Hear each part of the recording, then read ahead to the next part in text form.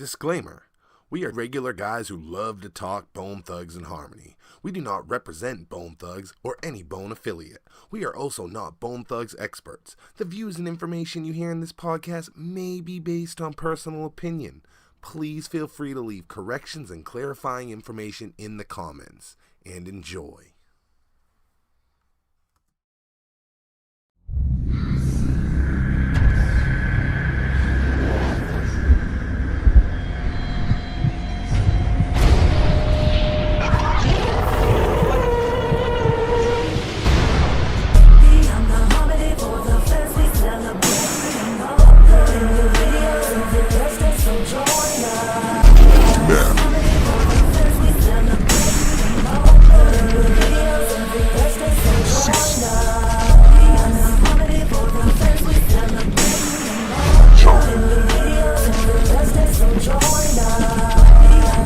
Kick that shit.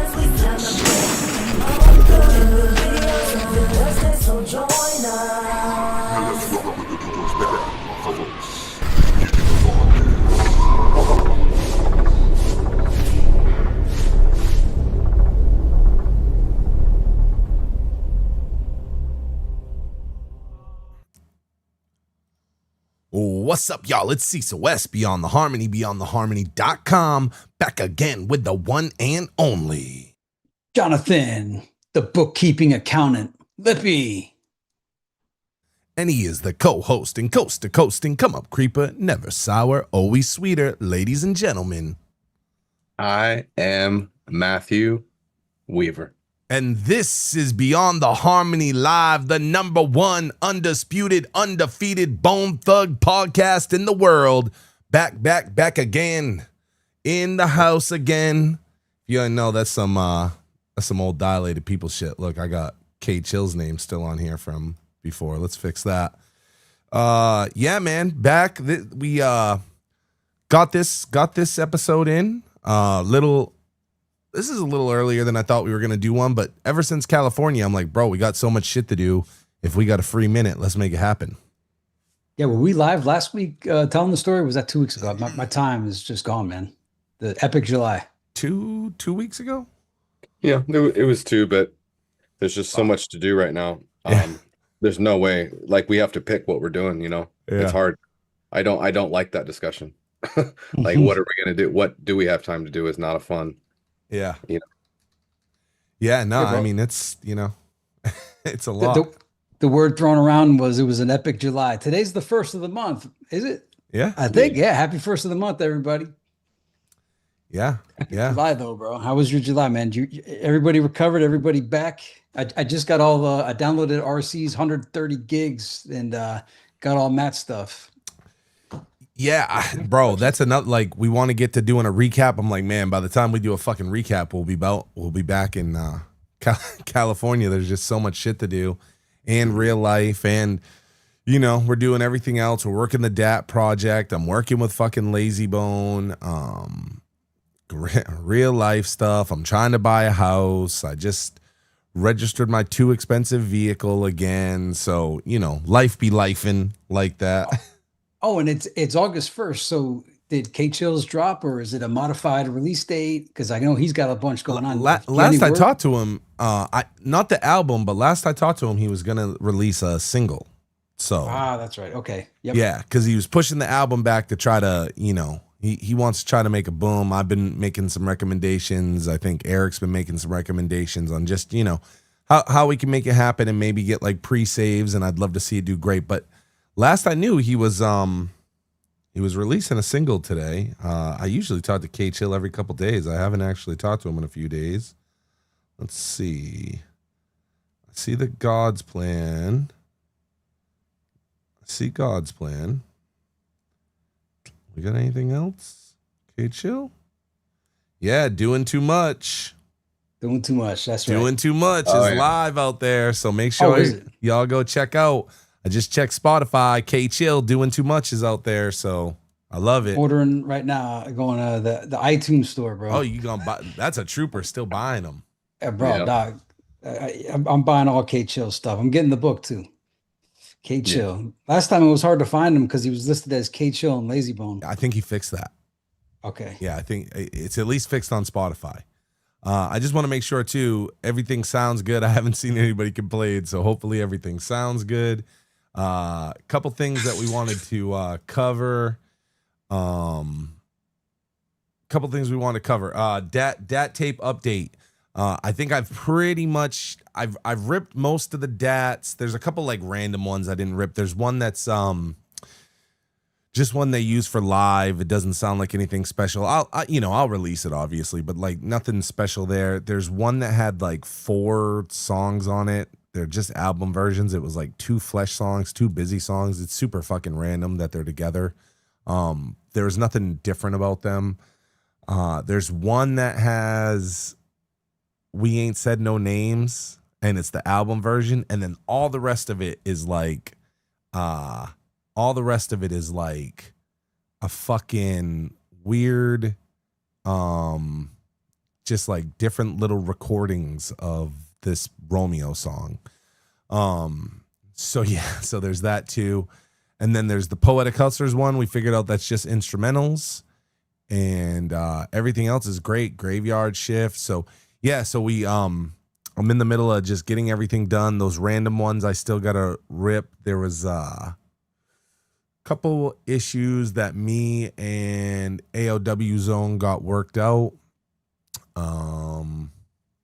Yeah, so everything's good there. I'm working the CD for the donors is a little bit different. So we're working on making that like just like a more special project than just throwing a bunch of like random unfinished DATs on it. We're trying to like kind of master some of the songs, and if one started with a chorus and had a verse and nothing after, we're like, adding the chorus and just little shit to make it more special. So, and we've been working on the map. If you're in the Discord, you'll see RC Thugsta and I have conjured up your new map, and the map works just like Eternal. RC made a passage, and then I made a map around the passage, and you're going to be able to collect clues, and the clues will give you something at the end, and it's going to be really fucking dope, y'all. So yeah, I'm hoping to do that. We're going to do a live soon where I play a bunch of the music from the DATs just to get it out there. Then we'll release it to the Discord, and then hopefully not long after that, I'll be able to get out the CDs to people. I'm just trying to make the CDs as special as possible between the art and the music and everything like that. So we might have a little bit of lag time on the CDs, but the DATs will get out there. And then we're talking about doing a GYS release as well. Because AOW Zone says these are the finest quality of GYS. So we were going to take some donations there and give all the donors a new copy of GYS with the finest quality that's ever been out there. And yeah, that's your little DAT update. I just want to show Doing Too Much is now in the digital collection. And I wanted to say to you, whoa, hold up. I want to say to you, Cecil, that I'm eventually going to get a chance to sit down and look at that intricate map and all that writings. Think of this as like the past things where it just takes me a while to catch up. But once I do, you'll hear about it, man. That shit looks awesome. All the revisions, everything you put into it, going that extra mile, man, making this little DAT project extra special. Thanks. Yeah, man. Nah, it should be great. As far as Too True, the CDs are in production. The songs are in the queue waiting for approval. So fingers crossed that happens. But no matter what, the CDs are in production. I was supposed to call Archie. We had a couple issues launching the fucking pre-order page, but we are working on that. So hopefully that'll be done. I'm going to try to get it done this weekend because he's going to have the CD soon. I have no idea when they're going to I have no idea when they're going to hit the streaming. We're just waiting basically for the approval on that. So the Too True shit is coming. Did we shout out Joe Cal when I was ordering the K Chill? You might have said I gave a shout out to Joe Cal, but shout out to Joe Cal. Man, shout out to Joe Cal in a big way. If you're not on the Discord, I'm gonna tell this story and then we're gonna get Scale in here. But in the California story, I talked about how I visualized every time we went into a record store. I just like visualized the fucking clean version in my head. And then I said that the thing about California was I was just visualizing like the skull. Like I didn't really visualize the CD like that. And the craziest shit happened, which is we end up finding another one of the skulls, right? Because like Don said, like, hey, those were mass-produced skulls. He sent me one of the ones that they use, but he's like, there's probably still some out there.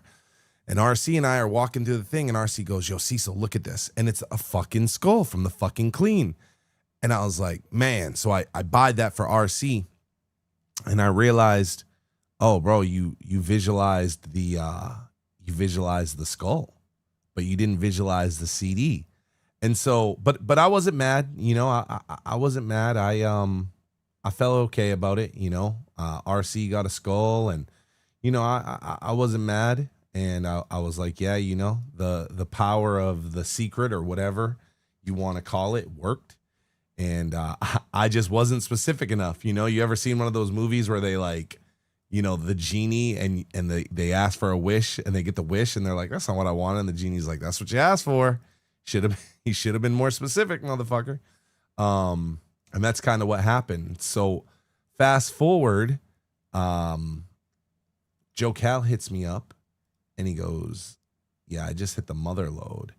And he's like, I just found somebody that is selling a 93 Faces of Death, a double, the Thuggish Ruggish Bone, For the Love of Money double disc, and the fucking clean version.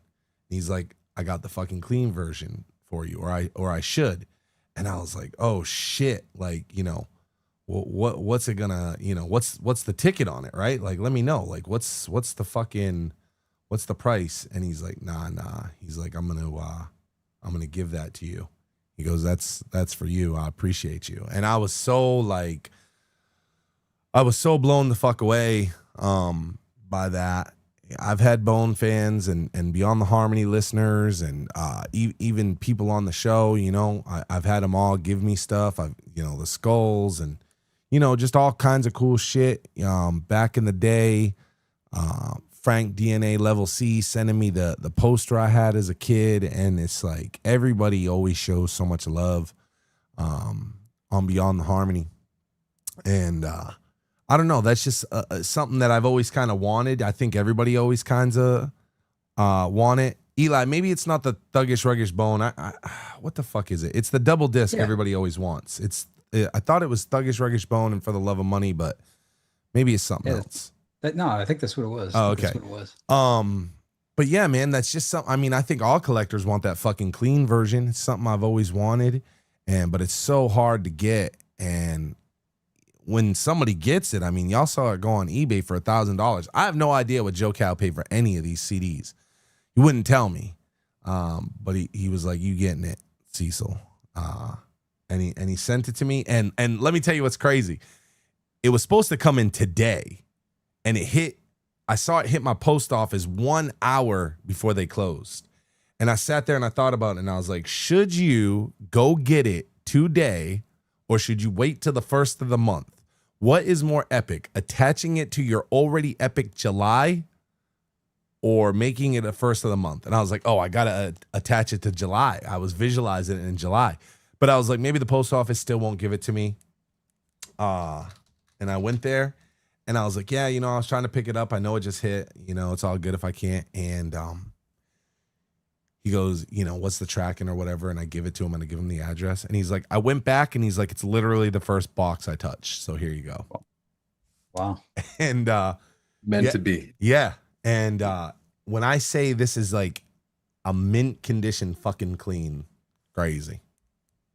We got to get Cold-Blooded to make the Joe Cal Thanos AI picture of the gauntlet of all the Bone Thugs and Harmony collector's items. He's got them all. Gave one of the gems to Cecil West. Yeah, man. Yeah, man. So huge shout out to Joe Cal for the love of the game. Yeah, at this point, if Joe Cal's in town, man, you got the back room. You got the back bedroom's yours anytime you want, buddy. Dude, such a fucking you know, and it just kind of furthers what we call the Skull and Crossroads Society to me. It's like, you know, we out here like sharing like the Infinity Stones with each other, you know, bringing Joe Cal with us backstage and up on the stage with us. Joe Cal's giving me the fucking it's like we really are living this S&C shit. Real quick, I'll show you all the map we were talking about. There's the map that we created. Like I said, there's a passage that goes with it, and just the only thing I'm not doing with the passage is I'm not gonna put it in the fucking I'm not gonna put it in there in reverse. Y'all don't have to hold it to a mirror. I think we're past that. I thought I saw that backwards, and I wondered how you did it. I did do it backwards, and then I was like, yeah, I'm not gonna make everybody go through this, you know. You know, it's funny you say that, because as you've been creating this, I'm like, man, there's a lot of love and energy being put into this thing. And then I saw the backward thing, and I'm like, man, are we about to?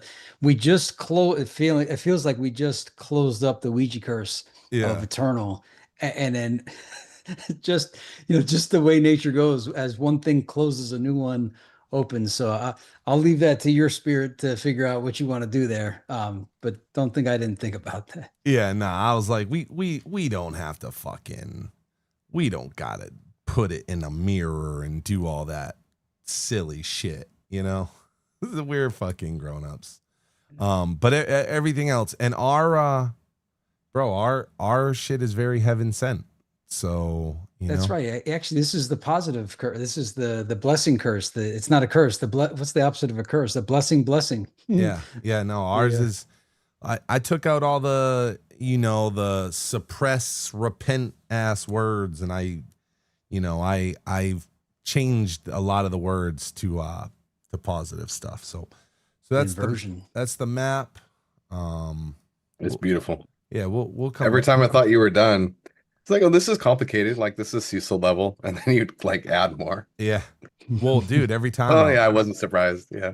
Every time there was like a little more for me to add, you know, like I would look at it and I'm like, looks really good. Something's missing. What is it that's missing? And then I was like, in the Discord, I think you got to put a high res copy of that, because as you were sending us in the Voxer, those close-ups, the detail on some of these graphics are really cool. Like, you don't notice it until somebody points it out to you, how intricate, how much little detail you put into this thing. Yeah, man. Mm-hmm. And it's all it's all beyond the harmony.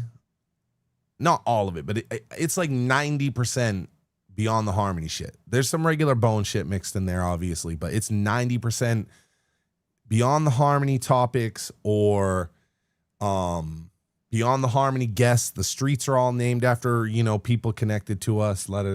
So, but let's get into it. I think the big homie Skail is with us. Let's see if we can get him in here. Let's see.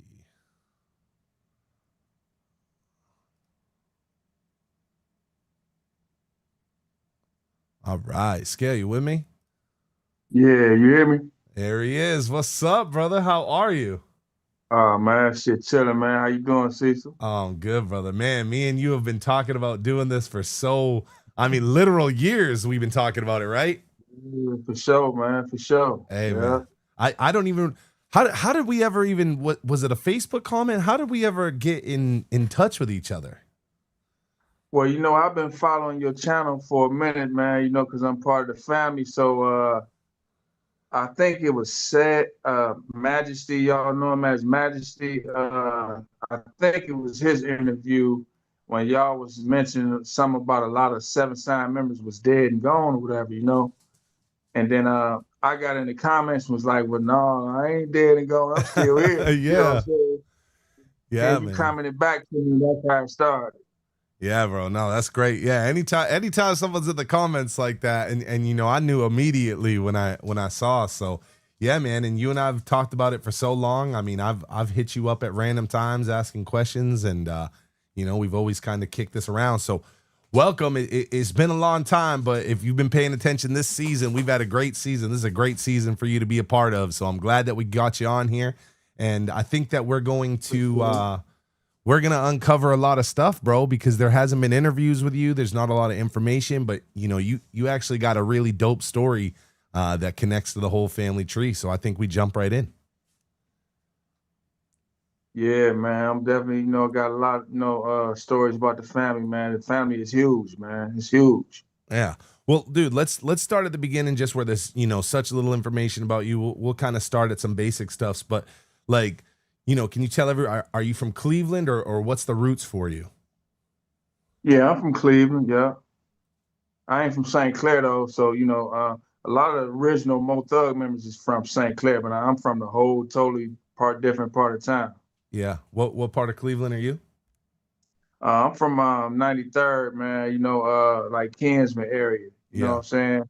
The whole other side, like the southeast side.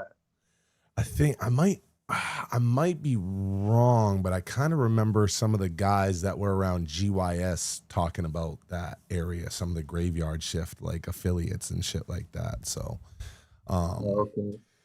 So as far as like, the Cleveland part, so you grew up in Cleveland. When did you get into like, making music? And I mean, I know you do so much, DJ, produce, rapper. Like, when did you get into music, and like, what was the first thing that got you into it? Man, I'm gonna tell you like this, man. Like when I was a little kid, I mean, like almost as far as I can remember, man. Like all the kids used to be outside playing, and I used to be, because my father and my uncles and them had a band. They had a group. They used to play like every day in our dining room. So while all the kids was outside playing, I was in the dining room watching them. And then one day, my father, he was the lead singer and a lead guitar player. So one day he just put the guitar in my hand, was like, let me see what you got. And I started plucking around. I didn't know what I was doing. Then he started showing me how to play the guitar, man. Like by the time I was 7 years old, I was playing the guitar so good that I was teaching people how to play by the time I was 7. And then he taught me how to play the piano and keyboards and stuff when I was like 8 years old. And then when I got like 9 years old, I started scratching and DJing and stuff like that. And then, like I was like, when I started like playing the guitar and keyboards and stuff, I was already singing and stuff. Then I was singing, and then like once I started scratching, like when I was around 9, I was break dancing and all that stuff. And then I started rapping, and it's just, I got like deep ties in the music, man. That's young, man, to get into DJing, scratching and stuff by like 9 years old. Like that's heavy. Yeah, man, I've been into this music for a long. It's like it's my first love, man. I love music. So all that shit, man. At what point do you decide you're gonna like, be a rapper? Like, was that like way later? Like, was the DJ producing thing for a while, or did you jump right into rapping shortly after that? Like I said, when I was like around 9 years old, I started scratching and stuff like that and break dancing. But I really didn't start rapping probably until because I was always singing and stuff, but I didn't really start rapping until like I probably was around maybe like 15, 16 years old. So how did you eventually, and if there's something before this, I want to know, like, how did you eventually get linked in with like Busy and Bone? And were you doing anything before that? Did you have any releases, or were you part of any groups before you got involved with Bone? So they used to, because like I say, I played the guitar, keyboards, drums, DJ, and all that type of stuff. So once I was a dude from the streets, man. I was in the streets, so I had money to get like the equipment and stuff that I needed, and so I got me like a home studio and stuff. So I started making a lot of beats and stuff like that, and then like I started getting popular from that, and then like like all the people from my side of town would like come to me for beats and stuff, and they started calling me like the Dr. Dre of Cleveland. And no disrespect to Dr. Dre, but I was like, no, man, I ain't no Dr. Dre of Cleveland. I'm SKAIL. Just call me DJ SKAIL. You know what I'm saying? And I kind of like my name really got out there real tough because I was like recording with a lot of different real talented artists from my side of town. And like I said, I was in the streets, man. One of my dudes, Tone Smooth, I never knew until after the fact, but Tone Smooth got kids with Busy Bone's sister, Hope.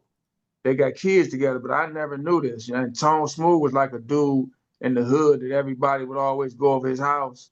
You know what I'm saying? Just, at any given moment, he had like 10, 15 dudes at his house. And Tone Smooth was big fan of my music. I mean, everybody was, because I'm really good. So, not to toot my own horn, but so Tone Smooth would always be playing my music all the time at his crib. And it was like always a bunch of people over there. And like I said, I never knew that he was Busy Bone's sister's, baby father. They was together. So I guess one day Busy was over there and he was playing my music and he was asking him like, well, who was this? And Tone Smooth told him who I was, and just so happened, man, it's like crazy how things work, but just so happened, like I was riding past his house at the time, about to get ready.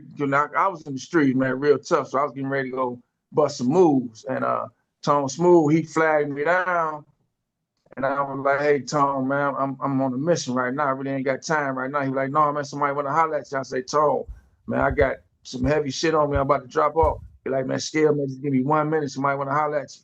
So I bagged up and was parking in front of the house, and Busy Bone walked out the porch, man. And I was like, you know what I'm saying? So I got up there and hollered at him, man. And he was like, yeah, man, I think you're pretty raw. And, it just all started from there, man. He was like, what you doing, man? Can you come to Columbus with me? I'm like, yeah, I'll come to Columbus with you. He like, go pack your shit and come on. That's awesome. So I went and packed my shit, man. It was on from there. So just backing up a second, how did you get the name SKAIL? And can you kind of go in, because like a lot of people, it's funny advertising for this, right? I've said SKAIL a lot, and everyone's like, you wrong, it's SKAILS, it says SKAILS in Heaven's Movie. So could you kind of tell everybody how you got the name and explain why it was SKAILS in Heaven's Movie, but it's actually SKAIL? Yeah, it was SKAILS on the movement too. When I was on that album with Lazy and them, the movement, that Mo Thug album, it was SKAILS on there too. And it's crazy, Cecil, man, because my name is SKAIL, man. Not with an S, not with a Z, it's just plain SKAIL. But people I grew up with still call me SKAILS, man. You know what I'm saying? Like, I just don't know where that came from. But yeah, it's SKAIL, man. But it's a long story how I got that name. And, I really don't want to really, That's cool. It's something to do with, like the streets, man. Yeah. You know what I'm saying? But yeah, I got that name from the streets, man. Like way before I was really into music, really tough and heavy. You know what I'm saying? It was, like how you put shit on the scale and weigh it up. You know what I'm saying? So okay, so just so everybody knows, so it's been credited as SKAILS twice, but it's actually SKAIL. Okay. Right. SKAIL, and a lot of people spell it SCALE. No. It's SKAIL, SKAIL, not scales, not scales, no. Like I say, people I grew up with call me SKAIL, Lazy, Busy, all of them, they call me SKAILS, man. I just kind of got used to it. So, okay, so Heaven's Movie, it came out in 1998. Obviously, he was working on it before that. And when you just told that story of connecting with him, do you remember roughly like what time frame that was that you had linked up with Busy Bone? I think it was around 96 or 97. Oh, wow. Okay. Yeah, I think it was like 97. Yeah, I think it was like 97, something like that.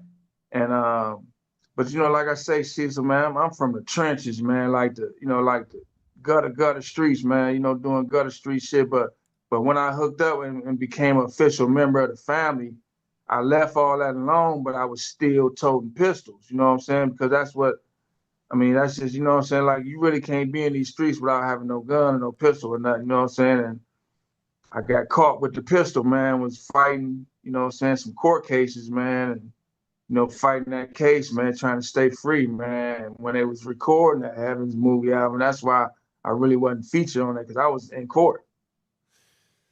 Yeah, so during Heaven's Movie, you were kind of tied up in a court case, and that kind of explains why you didn't have the music. I think that, as kids, right? When we were kids and that Heaven's movie came out, we got this booklet, and we you know, you flipping through.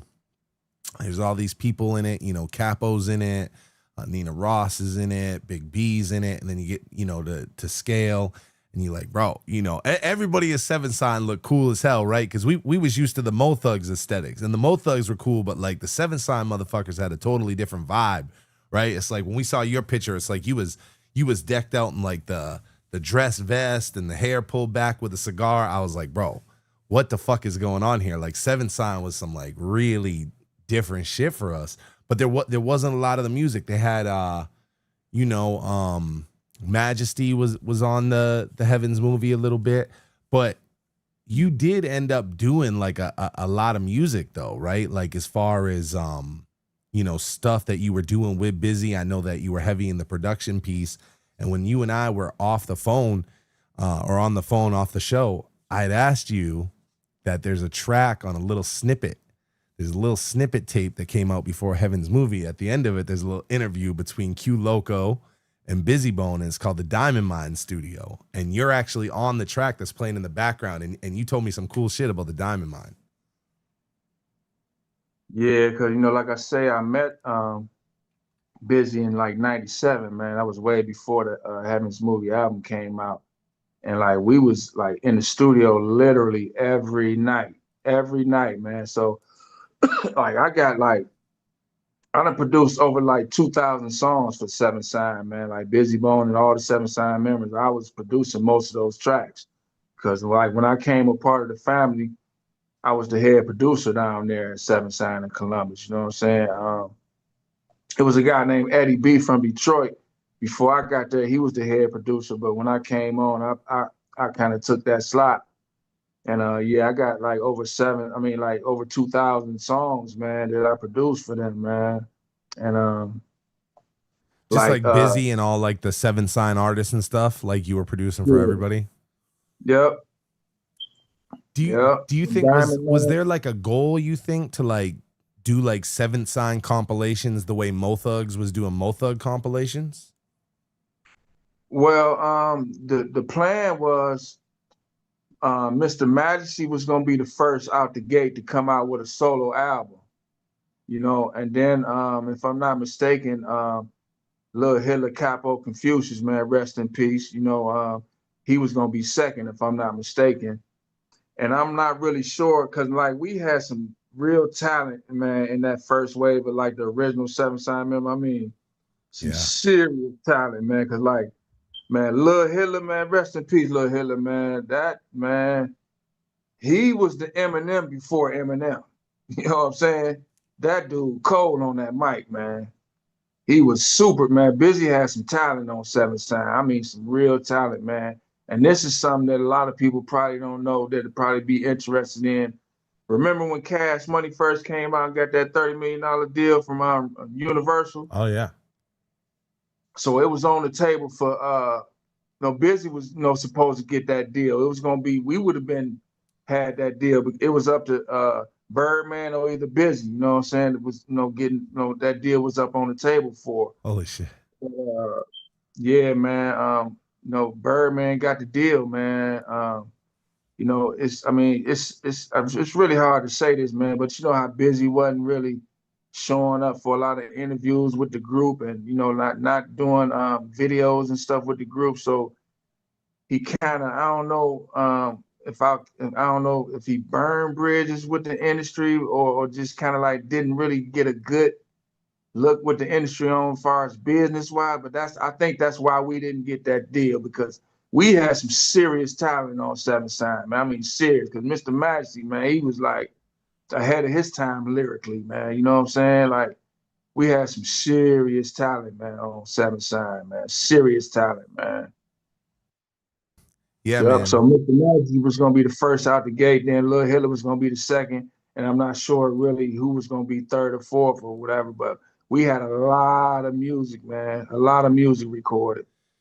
Yeah, bro. I mean, like you said, crazy talent, varying talent as well, right? Like the styles, like you said, Majesty, Q Loco, Big B, like it did have that, like not the same aesthetic as a Mo Thug, but that same idea where it was a melting pot of all kinds of different styles and you know, and Seriously, man.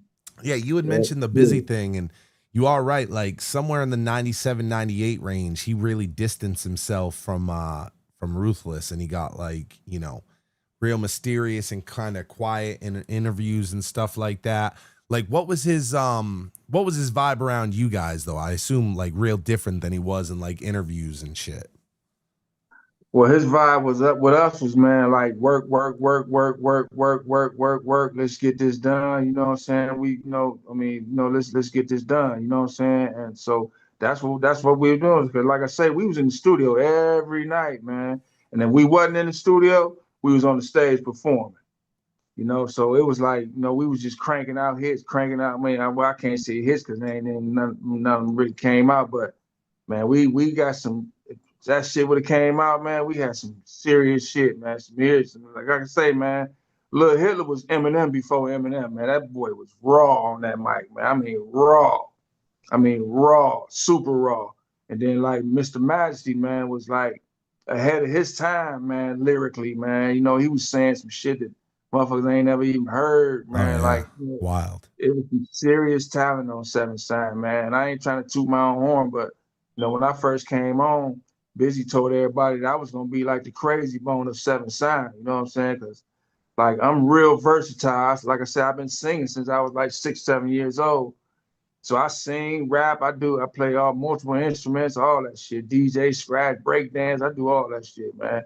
Lazy Bone said I was a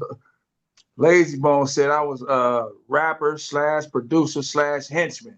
You know what I'm saying? Because yeah, mother, I got these hands too. You know what I'm saying?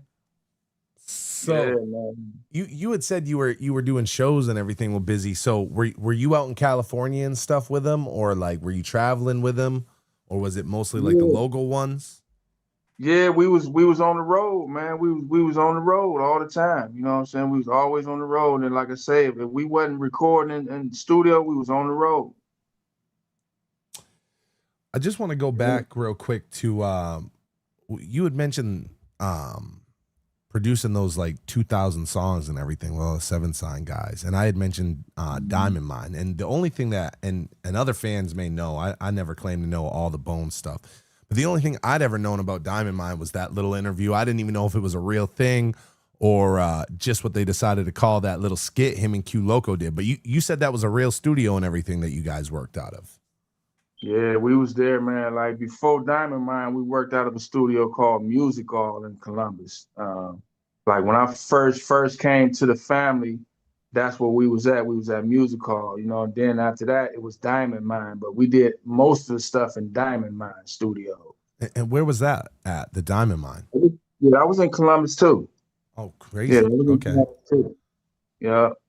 But we cranked out a lot of songs out of there, man. Like, I really don't know what happened, man, because, like, I mean, I don't know, man, because, like, we just, you know, stopped going there. You know, I don't know what happened, man. You know, I don't know.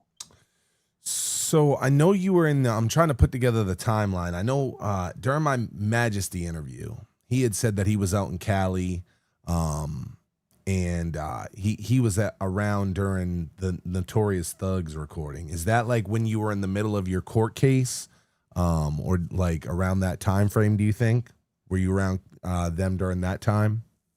I don't think I was officially part of Seven Sign around that time. What year exactly was that? Let's see. The Biggie album, it would have come out in like 96. So they were probably recording that in like late 95, 96, somewhere in there. Officially part of Seven Sign at that time. No, but I was officially, well, I can't say officially, but I was around mostly Mo Thugs. I was around them because this is another thing people don't know, but Bone Thugs official DJ Ice, that's my cousin. So with that being said, I was always around Bone Thugs and Harmony and a lot of the Mo Thug members, you know what I'm saying? Because of my cousin DJ Ice. Yeah. Yeah, that's wild. When you told me that off the when we were on the phone talking earlier, and you said, "Oh, bro, you know my cousin's DJ Ice." I was like, "Nah, bro, I had no idea." Like that's crazy, and that's why when you know, when you say family and shit, it's like, yeah, it's a family, but some of it's really a family, you know?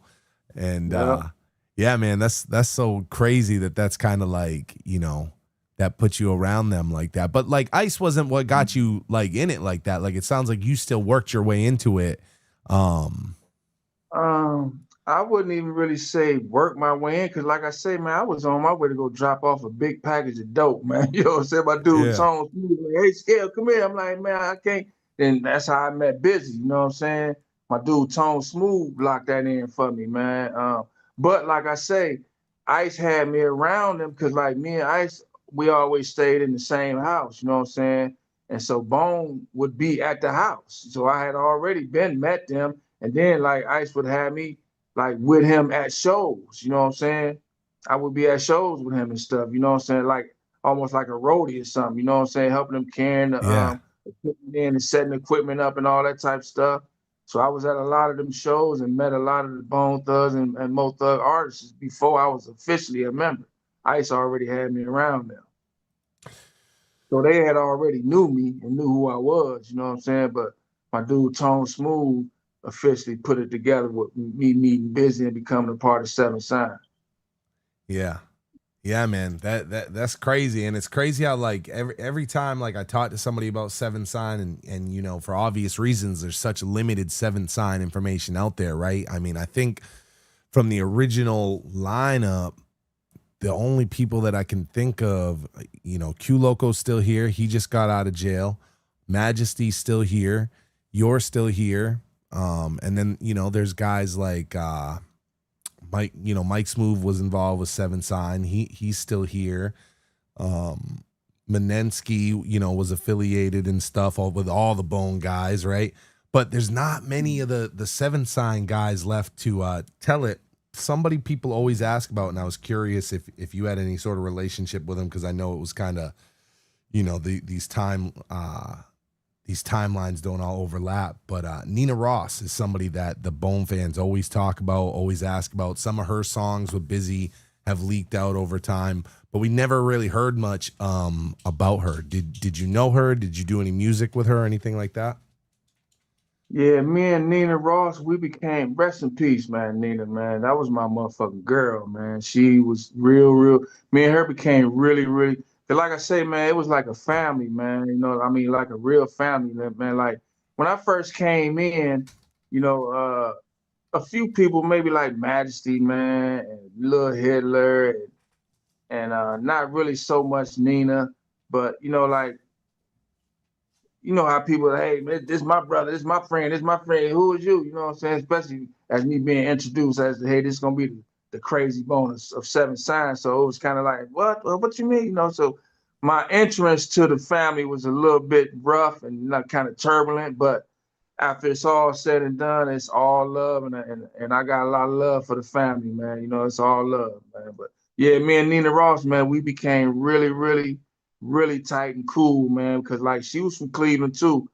And you know, that's supposed to have been Busy's little sister or whatever. But like when we would go to Columbus, like a lot of times me and her would ride down there together, you know what I'm saying, in her Benz truck. So she would come pick me up in her Benz and we'd drive down there. Or if not, you know, I'd fly down there on the plane. But yeah, me and Nina Ross became really cool, man.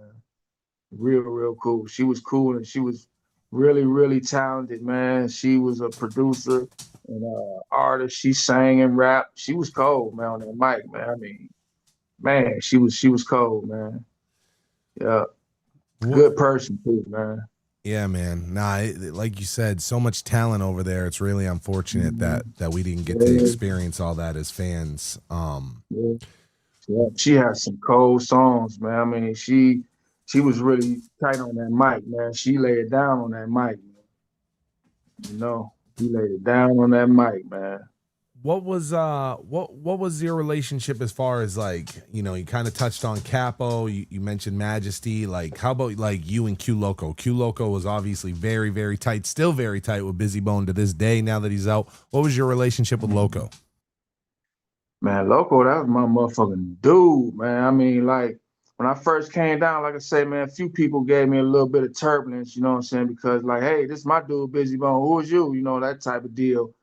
But Q, I never got that energy from Q, man. Like, Game recognized Game off rip because he a LA Crip, from the Crip dude from the streets, man, real gangster dude, and I'm a real thug dude from the streets of Cleveland. So we kind of clicked, like real tight, real quick, like instantly. You know what I'm saying? When I first got down there, Q welcomed me with open arms, man. That's my dude, man. Him and Big B. Big B was a dude from the streets too, man. In the trenches getting big money and shit, toting pistols like I was in Cleveland. But yeah, me, Big B, and Q Loco, man, we was like birds of a feather, man. Them was my dudes, man. Rest in peace, Big B. Rest in peace. But yeah, them my dudes, man. I mean, my dudes, man. Real. Something I've always been curious about is, that photo you in Heaven's movie. I mean, that's a really high quality photo, dude. Was that for a Heaven's movie photo shoot? Like, was all 7 Sign there getting photos, or how did that shoot come together? Because that photo was always kind of stuck out to me. Yeah, it was all for the Heaven's movie album cover because we had picked a day to go do the photo shoot. So we did all those shots in one day. It was supposed to be for the Heaven's movie photo shoot. So that's what we did. And I guess Busy kind of put people in the attire that kind of fit them. Cause like I say, I was a real boss in the streets, man, Cecil, man. I was real heavy in the game, man, the street game before I hooked up with them, you know what I'm saying? And yeah, so that's why he had me dressed up like that with the cigar, man. Like on some boss shit. You know what I'm saying? Yeah, that's always how I felt when I saw the shit. Like always. So yeah, man, that's great. Like it's the guy's debut solo album, right? And it's like, bro, Majesty had his own fucking song on it, right? And it's like all the pages are like the members of 7 Sign and stuff. It's like Busy seemed to be very he was very giving to all the 7 Sign guys at that time. And something that stuck out to me that Majesty said was, he's like, hey, it was kind of different for us on 7 Sign than Mo Thug because, Mo Thug had like the relativity backing, but everything for us was Busy Bone. And, the situation was a little different. And I always just thought it was so like humble of him to put all y'all on the pages instead of just putting a picture of him on every page and shit. Yeah, I mean, it was, man, like Busy, like he was a real cool dude, a real boss dude, man. And, he a genius, man. He knew what he was doing, man. And then, like I say, Mr. Majesty had a solo song on the album by itself because he was supposed to have been the first solo artist off the 7 Sign label to have a full album put out to the industry. Mr. Majesty was gonna be first out the gate. So he wanted to make sure he showcased Mr. Majesty, pretty good on that album, introduce him to the world. Yeah. See, seems like he was trying to do that with all y'all, even though you didn't have everybody having a song like that, like you guys all being in the book and everything. It seems like he was really trying to like platform. And again, it's his first solo album. Like there's so many things he could have done. He didn't have to do all that with us, you know what I'm saying? He didn't have to do that. Yeah. But like I say, he a genius. He had a plan. The plan obviously didn't work, but and then like you say, man, he was banking that all out of his pocket. You know what I'm saying? Then like, I mean, like it took a real dude to do that, man. Cause he, like I say, he didn't have to do that, man. You know what I'm saying? Then like, I was a dude from the streets, man. I ain't know nothing about the industry or nothing, how it worked or nothing. All I knew was about the street shit. I didn't know, man. You know what I'm saying? I thought, I mean, just to be honest, man, I thought he was one of the richest dudes in the world. You know what I'm saying? Yeah, man, because like he had took me shopping one time to go get some music equipment and stuff. And I was, just picking out everything I seen. Because like I said, I thought he was the richest man in the world. I didn't know, you know what I'm saying? But I think I might have messed up doing that because, like I said, I didn't really know much about, a lot of stuff but streets, man. But he told me, and he knew that too when he first brought me into the family. He knew that. So he told me, he was like, make sure you watch everybody and learn. When we in that studio, you pay attention to what the engineer doing. you know what I'm saying, and learn all that you can learn, you know what I'm saying? Be seen and not heard, you know, just listen and learn all you can learn, you know what I'm saying? So that's what I was doing, man. Like now, yeah, I know a lot just because Busy told me that, because I did what he said, you know what I'm saying? I was listening and I was learning. Yeah. So, and again, just making the timelines work. So around Heaven's Movie, though, you're kind of fighting that case. And I know a lot of Heaven's Movie, you know, Busy actually recorded a lot of it in Nashville at the Ocean Way studio. Yeah. But it sounds like, did you not really get to go to any of that because you were in the court case? Yeah, that's right, man. I was up here in Cleveland, man, fighting for my life, basically, man, because I got caught with a pistol, you know what I'm saying? And I was fighting that shit in court when they was in Nashville, man. And then when my court case was over and Busy flew me down there, the album was already done. You know what I'm saying? It was already done, man. But I think he tried to squeeze something in there because he was like, get in the studio and make some tracks, you know what I'm saying? And so I went in there and made some tracks and shit, laid some tracks down. But like I say, man, I think it was just too late, man. I got down there, it was just too late when I got down there. Yeah. You know what I'm saying? I think I laid maybe like 2 tracks down there, man, some cold shit too. But did you miss the Thugs Cry video as well? Were you not able No, to I was in that video. Oh, okay. Yeah. Okay, cool. I was going to ask you about that because that was like, bro, as a kid, right? And you know, the first 2 scenes, he's going through the fucking jail and everything. Then he gets out and there's that just beautiful scene of Busy and Maya's there and Lisa Ray and all the 7 Sign guys. And that's always been like the quintessential like vision of 7 Sign to me. All you guys in the white suits and, you know, Busy with that's a very special time, like, look for Busy, that BB Gambini look where he's kind of got like, you know, so that's always been the thing. You got any stories about the Thugs Cry video? Yeah, I mean, I got to meet all them guys that was in the video, like Mac 10, Dub C, you know, Maya, Lisa Ray, all them. And if you really look, outside when I think it was either Maya or Lisa Ray, one of them had like a briefcase full of money and gave it to him. I was standing right there on the left-hand side of whichever one that was. I was standing right. The tall, ugly dude with the suit on, man. That was me. The tall, ugly dude with the suit. That was me, man. Standing right on the left-hand side when he got that money. That's dope, man. Man, yeah, I was there. Yeah, that's a fan favorite, you know, that song and that video. I mean, that thing really is. That's like I did a 25-minute like whole breakdown on that video of like all the symbols and clues in it and shit, because people only took it for face value, right? This is just some rapper in a jail and, you know, counting money. And I was like, nah, there's more to this. Like you said, there was so much going on with the labels and the conflict and the distance. And, you know, I thought it, like you said, fucking West Side Connection's in it. Maya's in it. Bone is in the fucking thing. Like that was there too, but they were. I don't think they was in the video, but they was there at the video shoot. Who was? Immature, you know, the group. Yeah. The group. Oh shit.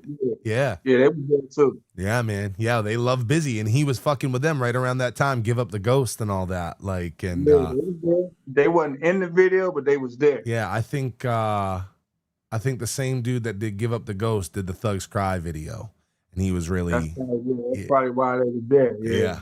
Yeah, man. Nah, that video was so dope. That's a really cool time. I'm glad you were part of that, bro. I'm glad that you made it to be part of that, because that really is that's like the vision right there of 7 Sign.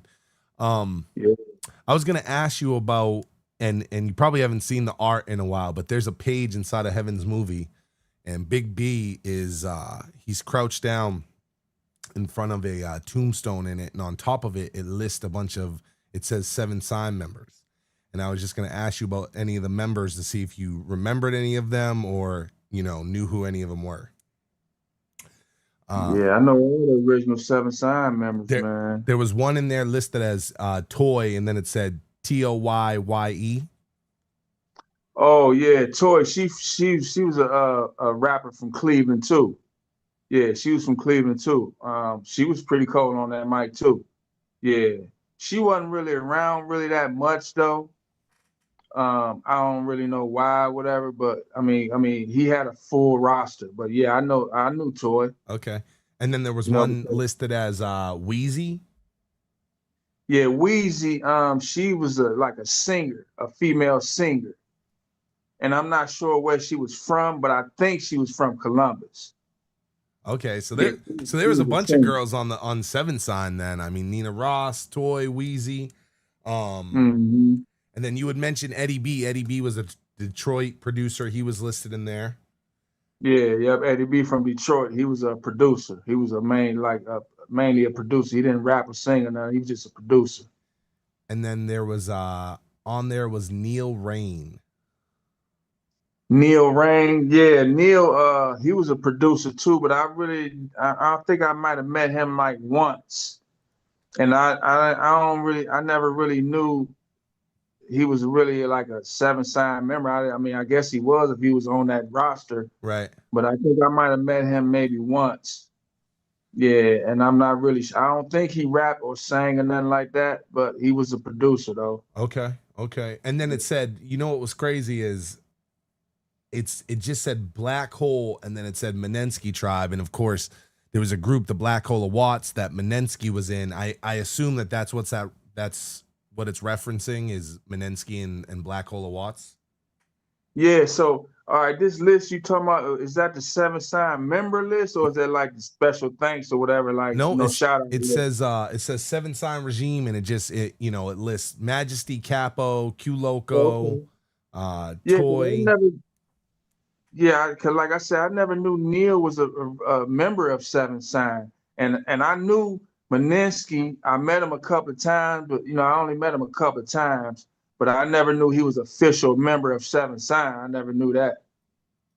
Yeah, actually, even Mike Smooth was listed on there. Who's like a OG shit. He goes way back to Above the Law. And yeah, I was gonna say probably because like I know Mike Smooth probably got a lot of ties with Eazy-E and some LA dudes as well as Meninsky. You know what I'm saying? Because that's probably how Busy met them through Eazy-E. Yeah, so he probably just kept them in the fold. But I never knew that Mike Smooth and Meninsky and Neil was officially members of Seven Sign. I never knew that, but I knew them. I knew Mike Smooth a little bit better because we was in the studio working together because he a producer too. So we was in the studio together. So I met him a couple more times than I did Meninsky. I think I only met Meninsky maybe like once or twice. You know what I'm saying? And I really, like I said, I really didn't know him all that well. I just know he was a super wild dude from Watts, real LA gang. You know what I'm saying? I'm quite sure if we would have been around each other a little bit more, we would have been super cool too. You know what I'm saying? Because them type of dudes I run with in the streets of Cleveland. Yeah, man, that's actually why Eazy, when they first touched down in LA, Eazy wanted them to kind of stay the fuck out of trouble, and they was like, "You're gonna be running out here in LA." So they hooked him up with Black Hole of Watts because they were like, "Bro, these are gangsters. I know if they're with Black Hole, they're gonna be straight, right? These are Watts riders." So they've been with Black Hole since like day one over there on Ruthless. So something that was big over on Mo Thug. And I've just been curious if it ever happened on Seven Sign and maybe just didn't come out was on Mo Thug, they would always have these like big like posse tracks, right? With like every member of Mo Thug. Was there anything like that ever recorded for Seven Sign that we didn't get to hear? Yeah, like I said, I done produced over 2,000 songs for Seven Sign period, man. We had a lot of compilation songs, man. Like mostly all the songs we did, we was all on them together. But like I say, Majesty was, trying to get some solo stuff going, and Lil Hiller was, doing solo shit. So a lot of stuff they was doing solo, like Majesty and Hiller. But we had a lot of compilation songs where we was all on the songs together. Like you might have like 2 or 3 members on this song, 2 or 3 members on this song, That's dope. all the members on this song, all the members on that song, 1 or 2 members on this song, 1 member on that. I mean, we just had a bunch of songs, man, like a bunch of compilations, just a bunch of shit, man. I produced a whole lot of shit over there, man. Like a whole bunch, man. That's dope. Where do you think that all ended up? Like, you think like Busy's got that, or you think that's sitting on like some DATs in a studio somewhere? just to be honest, man, you know, and I don't fault Busy, and I'm not mad. You know, like I say, man, I appreciate the opportunity. I'm not mad at nobody, man. But it is what it is. But I don't think I'm just being real, man. I don't think that them bills probably got paid, and they probably like kept the music. You know what I'm Yeah. saying? They probably kept the music, man, because like a little bit after all that, like we stopped going to Diamond Mine and Music Hall and all that type of stuff, man. Like I said, I produced over 2,000 songs. Like I don't know if they were selling my beats or what, man, but I heard a lot of my beats out on the radio from like other industry cats, man. I don't know. And I'm Yeah. not like I'm not blaming Busy or nothing like that because I know he wouldn't do that. But like I say, Diamond Mine and Music Hall probably kept that music because I don't know if the bill got paid or not, and they probably sold them beats, man. I heard a lot of my beats on the radio. Damn. That's crazy. Yeah, man. As Bone fans, bro, that's a heartbreaker for us to hear there was so much Seven Sign Regime music out there that we never got to hear. Yeah, man. Like I said, I ain't mad. I don't blame nobody or nothing. I appreciate the opportunity. I'm not mad at nobody. It is what it is. Yeah. I always point out, bro, that those guys, and this mostly comes up with Mo Thug, but it applies to Busy as well. You know, I'm like, these guys were kids that were like they were like shot into superstardom, right? And then it was just like, y'all should have a record label. So they all start getting record labels while they're still fucking kids, and they're just trying to figure out how to navigate the waters, like, you know. We ain't know what we was doing, man. Cause like I say, I was busy. School me straight out the streets, man, making drug sales and shit. Like, come on, you going? Me? I ain't know nothing about the industry, man. Yeah. That's why he told me. He was like, look and listen and learn all that you can learn. You know what I'm saying? Learn, just be like a sponge and suck it all up. And that's what I did. Yeah. You know? So yeah. When you joined Seven Sign, was it explained, like, or what? And maybe it wasn't explained, maybe it was, but like, what was like your thought, or what was explained to you, like what Seven Sign itself like meant, like what that, what that stood for? Nah, it was never explained to me like what it stood for. Now, I just know it was it was it was never explained, but Busy had like little sayings that he would always say. Yeah. You know what I'm saying? That would go hand in hand with Seven Sign label, Seven Sign, because he called us Seven Sign regime. Yeah. Like a army regime. Mm-hmm. All the fans and everybody just knew Seven Sign. But us members, we call ourselves the Seven Sign regime. You know what I'm saying? And Busy would always say, man, because I don't know if this was like an official thing or whatever, but he would always say something about sacrifice or whatever, you know what I'm saying? And is you ready to die? I mean, I know he didn't mean that shit literally, but like when it come down to it, like we a regime, an army. So when if you in the army, you better be ready to die, fight, or you know what I'm saying? Yeah, yeah. So I think that's what he probably meant with that. We Seven Sign regime, we an army. You know what I'm saying? You can't be an army if you ain't ready to die. But I mean, it's crazy, man. Now that I'm saying it, I never really thought about it like that. And then, like, damn, man, it's crazy, man. Like, a lot of those original Seven Sign members is gone, man. It's crazy. Yeah, man. Nah, it's rest in peace, man. Like I say, man, we were a real family, man. Like I love all the family members, man. It's heartbreaking, man, that a lot of them gone like that, man. It's really heartbreaking, man. Cause me and Big B was real tight, real close. Me and Nina Ross, real tight, real close, man. And the other members, man, is gone, man. I mean, I love all of them, man.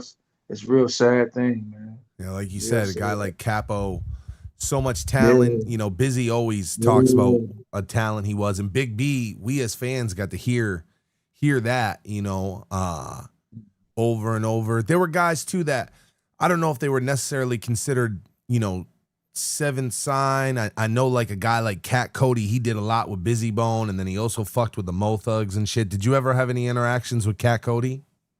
He was on the freeway track.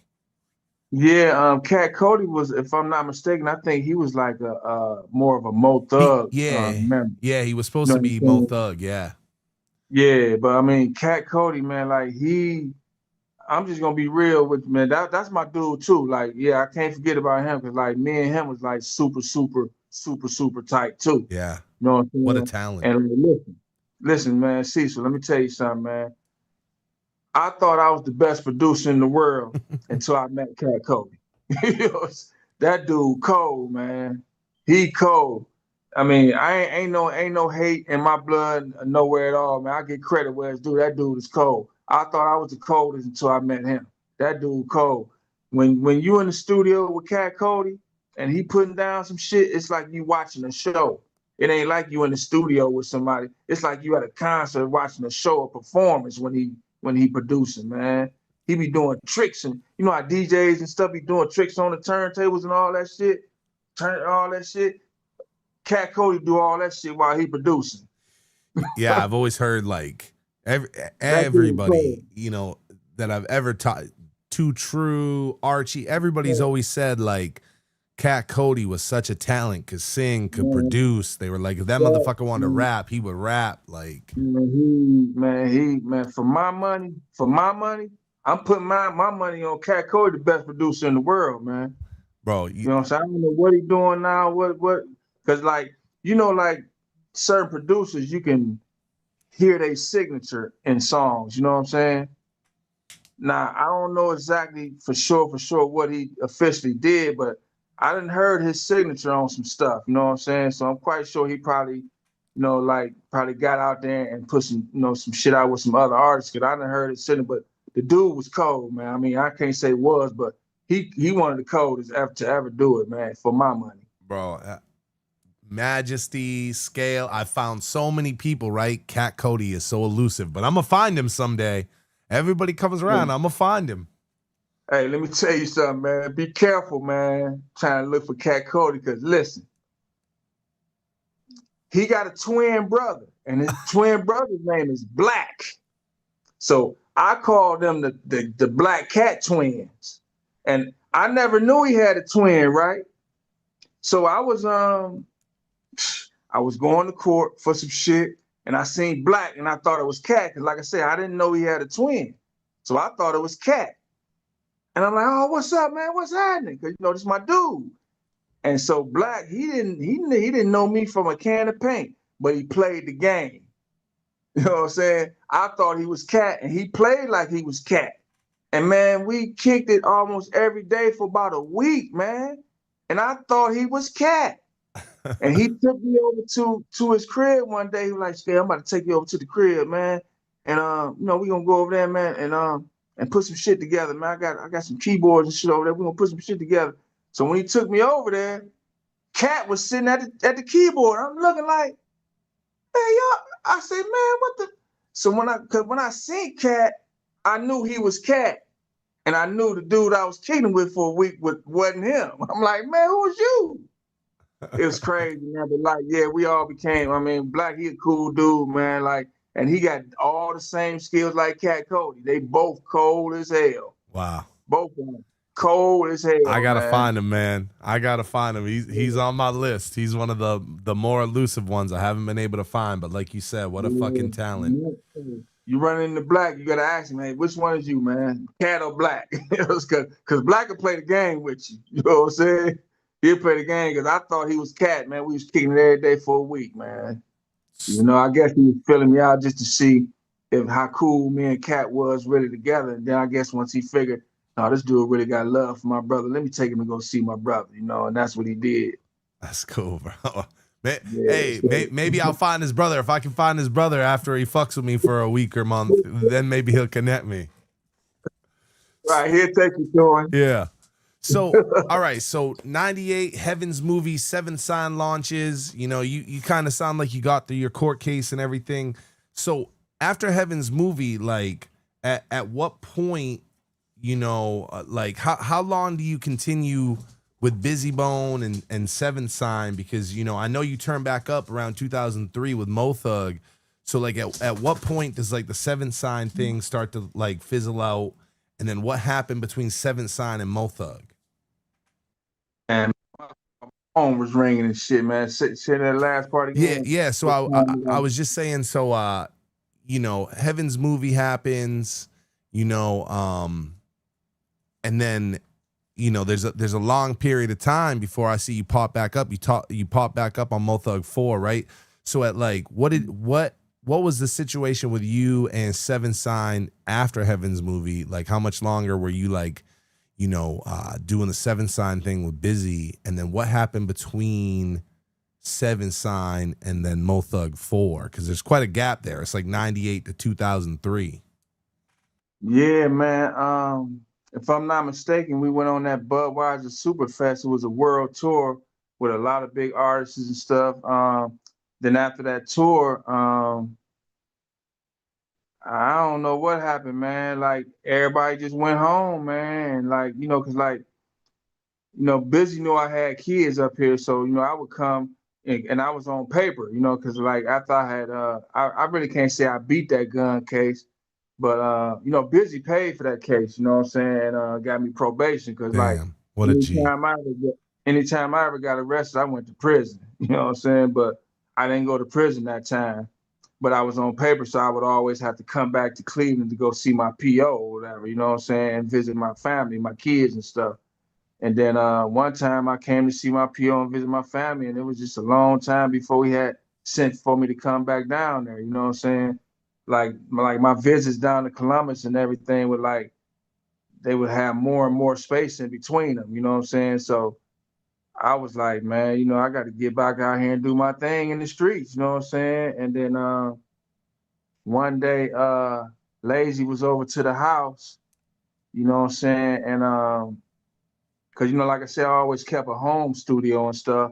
And I was in the studio messing around with some of my music. And I didn't even hear them come in. So when they came in, Lazy Bone was like, "Skail, that's you back there, man." He like, "Oh man, that shit sounds slick, man. That shit sounds slick, man. Come to Atlanta, man. I want you to record that on this new Mo Thug album, man." And it was that song, The The Land, that was Land. on the Mo Thug 4. Yeah, it was that song.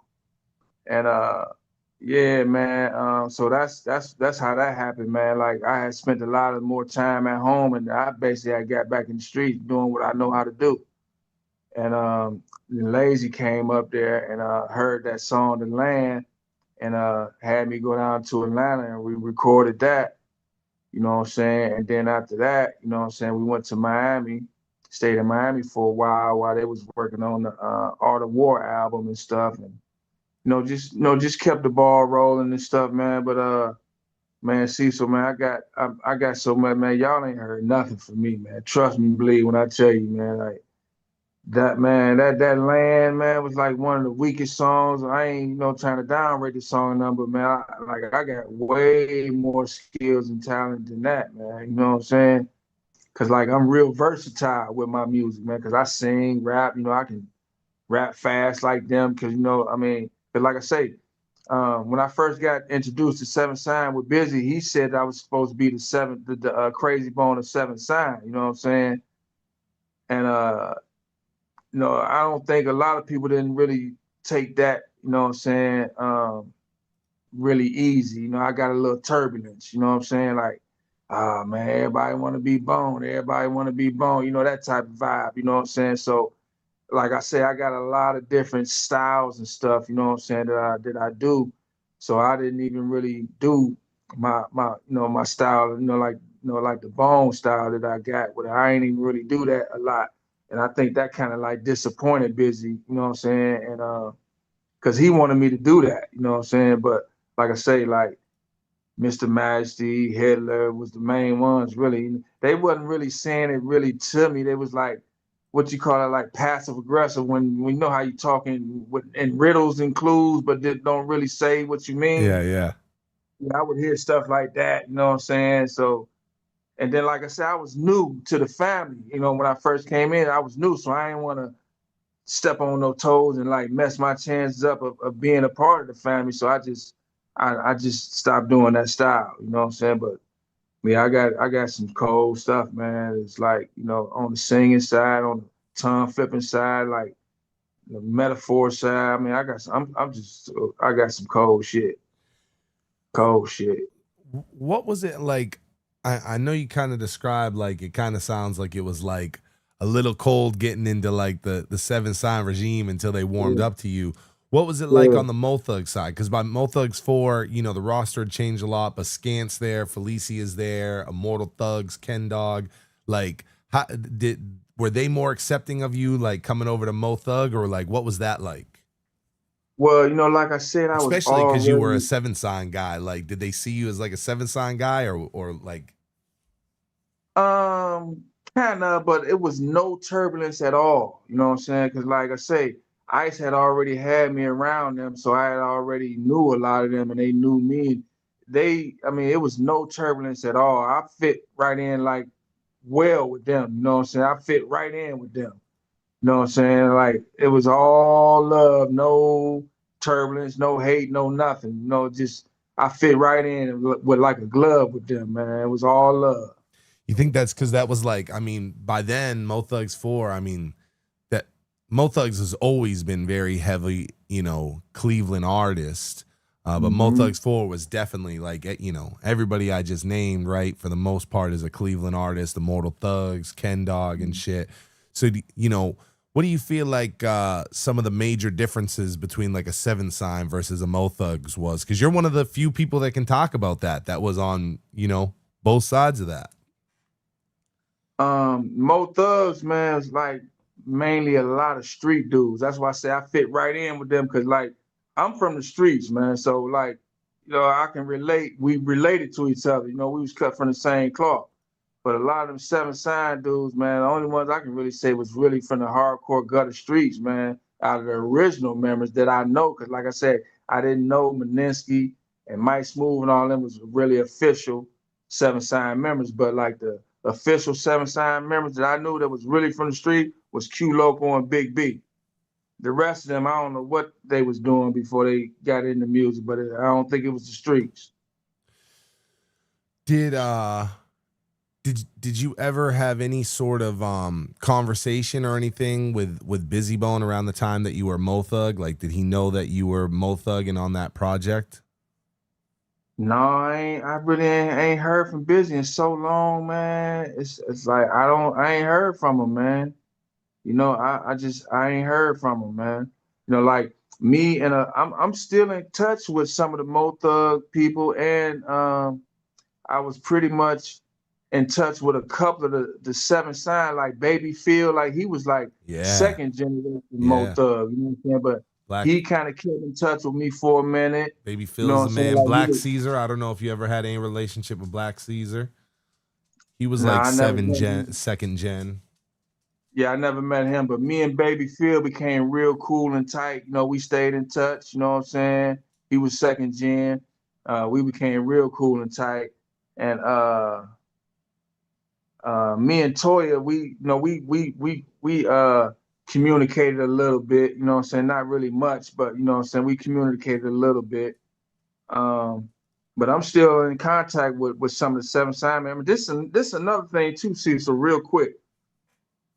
Another thing, man, like Thug Queen. Yeah. Like, I knew her from the streets before she even was with Bone and before I was even with him. We knew each other from the streets. And like, we didn't grow up together or nothing like that, but we had ran across each other. And I just knew her as Camila. And then I found out that she rapped again. I told you, remember they was like calling me the Dr. Dre Cleveland? Yeah. Anybody with some serious talent, you know what I'm saying, would eventually find their way to me, or I would find my way to them. And me and Thug Queen had found our way to each other. And I'm like, oh shit, you cold as hell. You know what I'm saying? I'm like, shit, what's your rap name? She like, I ain't got no rap name. My name Camila. I'm like, shit, you out here in the streets with us thugs. I said, shit, you the queen of the thug. I'm the one who gave her her name, Thug Queen. Damn. That's yeah, crazy. I gave her that name. Yeah, from Mo Thugs. Yeah, I gave her that name. That's crazy, dude. Yeah, she was like, I ain't got no rap name. I said, shit. I said, you out here with us thugs. You the queen of the thugs. You Thug Queen. And then Cecil, man, I went to prison. You know what I'm saying? And when I got out, she was on that Mo Thug. I'm like, look at my girl, man. Because me and her was like this too. You know what I'm saying? I'm like, man, I was just so proud of her, man, to see her on that album, man, on that Ghetto Cowboys. I'm Yeah. like, man, no, that ain't Thug Queen, man. I was like, man, I was just like I said, I ain't got a hating bone in my body, so I was really happy for her, man. You know what I'm saying? That's dope. Yeah, Shout out to Thug yeah, Queen, man. She's Beyond the Harmony alumni as well. We've had her on before. yeah. We're hoping to have her on again. She's, bro, that she Mm. was a fan favorite, right? When that Mo Thug 2 dropped, it was like you said, she could really, really fucking rap. Like she wasn't trying to, Yeah, real beautiful girl, but it's like she wasn't trying to be on no Lil Kim shit. It was like Thug Queen to fuck you right. up.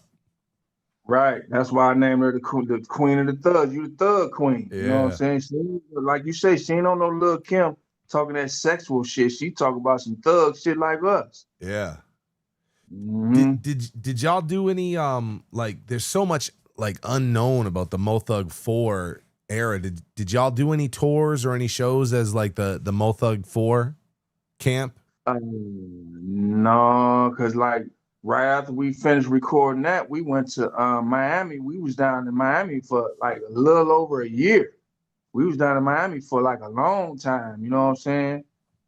Just down there, you know what I'm saying? Just then like when I was down there, I met a lot of people, man, that I was fucking with, man, and like I was touching base with like some of Trick Daddy's people, man, the icons and shit like that. And we was doing a lot of recording and stuff together, and I was recruiting people, you know, because like I'm the type of dude, like I say, I find talent, and by me being a producer, we gonna do something. You know what I'm saying? So I was in Miami, scooping up some cold ass talent, man, that was ready to go. You know what I mean? Yeah, my phone was ringing. Popular guy. Yeah, like I found a lot of good talent down there, man, and yeah, man, some cold motherfuckers, man. You know what I'm saying? And we was doing a lot of recording down there. When you And saying we, like, did you go to Miami yourself or did you go down with like Lazy? Like you said, we went down to Miami. Was that like you on your own or what? yeah, matter of fact, I think it was cause we stayed at Lazy's Mansion in Atlanta when we was recording that Mo Thug 4 album, The Movement. And then from there, we went to Miami and met up with the group, you know, the Bone Thug group. All the Bone members was there. And like I said, it was I guess finishing up the Art of War album. And we was always in the studio, you know, like the Hit Factory down in Miami, you know, while they was recording that, all the Bone Thug members, you know, Lazy, Busy, Wish, Flesh, all of them was down there and then doing that album on the Art of War.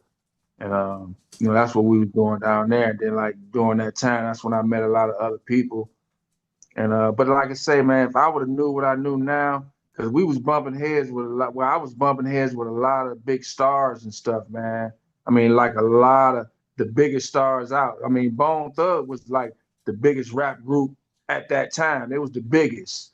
You know what I'm saying? Wasn't nobody bigger than them. So, you know, like a lot of the Seven Sign members would have this type of mentality, like because we was bumping heads with a lot of stars. You know, if they see somebody talking to us, oh, look at him, he a groupie, look at him, he a groupie. He talk over there talking to Fat Joe. Look at him, and then like, you know, because we was all young, man, you know. But if I would have knew what I knew now, man, I'd have been like, fuck what they talking about. I'm finna go pass me some cars. Look, I'm a motherfucking producer.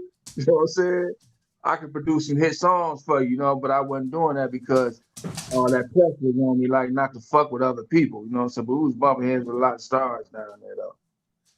I mean, like everywhere we went, we like that, especially that Budweiser Superfest. There was a lot of big stars on that tour. Yeah, That I could have Bone been. loved the Miami culture, right? They recorded a lot of Mo Thug 2 there. They were really heavy with like Disco Rick. Like that's like, you know, they real heavy with them. So it's always crazy to me, right? It's like you got Cleveland, you got LA, it makes sense. Then all of a sudden there's just like this other chapter of Bone Thugs and Harmony. And that's like when the thugs go to Miami, right? So, you know, always cool Miami stories that come out of it. Yeah, Miami's a crazy place, man, because you can be on one street and see a lot of stars, and then go like 1 or 2 streets over, and you in the super hood. You Bro. know what I'm saying? Scale, Like, listen. that's crazy. Yeah. I'm gonna tell you, I never do this, right? But I fuck with you so heavy. I'm gonna tell you a quick little story. I'm in Miami on a vacation. We in a rental. Is me, one of my best friends, 2 girls. We got a rental. Actually, we had just come back from visiting John, the co-host, and we coming back to our thing. And I go, we need to get some gas. And so I put in a little GPS and they go by it and shit. And I find another one, and I was like, go to this one, right? And we take a right. And you know, this is Miami at the time. Everything's beautiful. It's neon. There's palm trees. There's all this beautiful shit. And then we just go over this little bloop, just this little bridge that goes over a little piece of water. And all of a sudden, everything fucking changed. And I'm looking around and I'm like, yeah, That's Miami. we Yeah. ain't in the right place. But I'm like, we got to get this gas. So I get this gas. I'm like, yo, every single human around us knows we ain't fixing to be here. But it was cool, right? So I get this gas, heart's pumping. We pull out of the gas station. We take a right. We go bloop over another little bridge. Beautiful Shell station, all lit up. So you're right. That's exactly how it was. So you being Ice's cousin really explains. He did a little mixtape that came out on a tour called the Dark Lotus tour. Bone was on tour with like ICP, and he had a little mixtape called Thug Style, and there's a song on it with Lazy Bone called Hose, and you're on that track as well. And I always was just like, you know, I didn't know if that was like because you was on Mo Thugs 4 or whatever, but you saying that you Ice's cousin really explains like him making sure that track was on there. You know what track I'm talking about? I think I'm gonna send it to you. I'll send it to you. Yeah, because I done recorded so many songs, man, with them, man. Did so much stuff with them, man. Like I you know, and then that was so long ago. My memory fucked up. I really don't remember, man. But when you said it, this song came to mind. Did it have like a old school jazz beat that I replayed? Let me I replayed the beat. see. I didn't sample it, but I replayed it. And the hook was kind of like, hold on. damn, I'm gonna see if I can find it right quick. I probably got it. All right, let me see if I can. Cause I can remember me and Lazy doing a song about bras, man, and I was basically saying something about I forgot, but I remember me and him doing a song about bras. So when you said it, listeners won't hear this, but you'll hear it.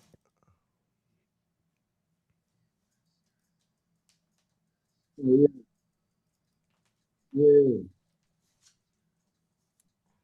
yeah, Yeah. Is that you on the hook? yeah, that's me.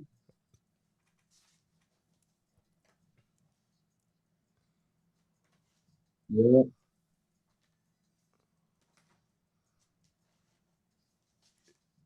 Yeah, yeah. yeah, that's me. Hell yeah. Yeah, Yeah, man. we did that down. Yeah, we did that down in Miami.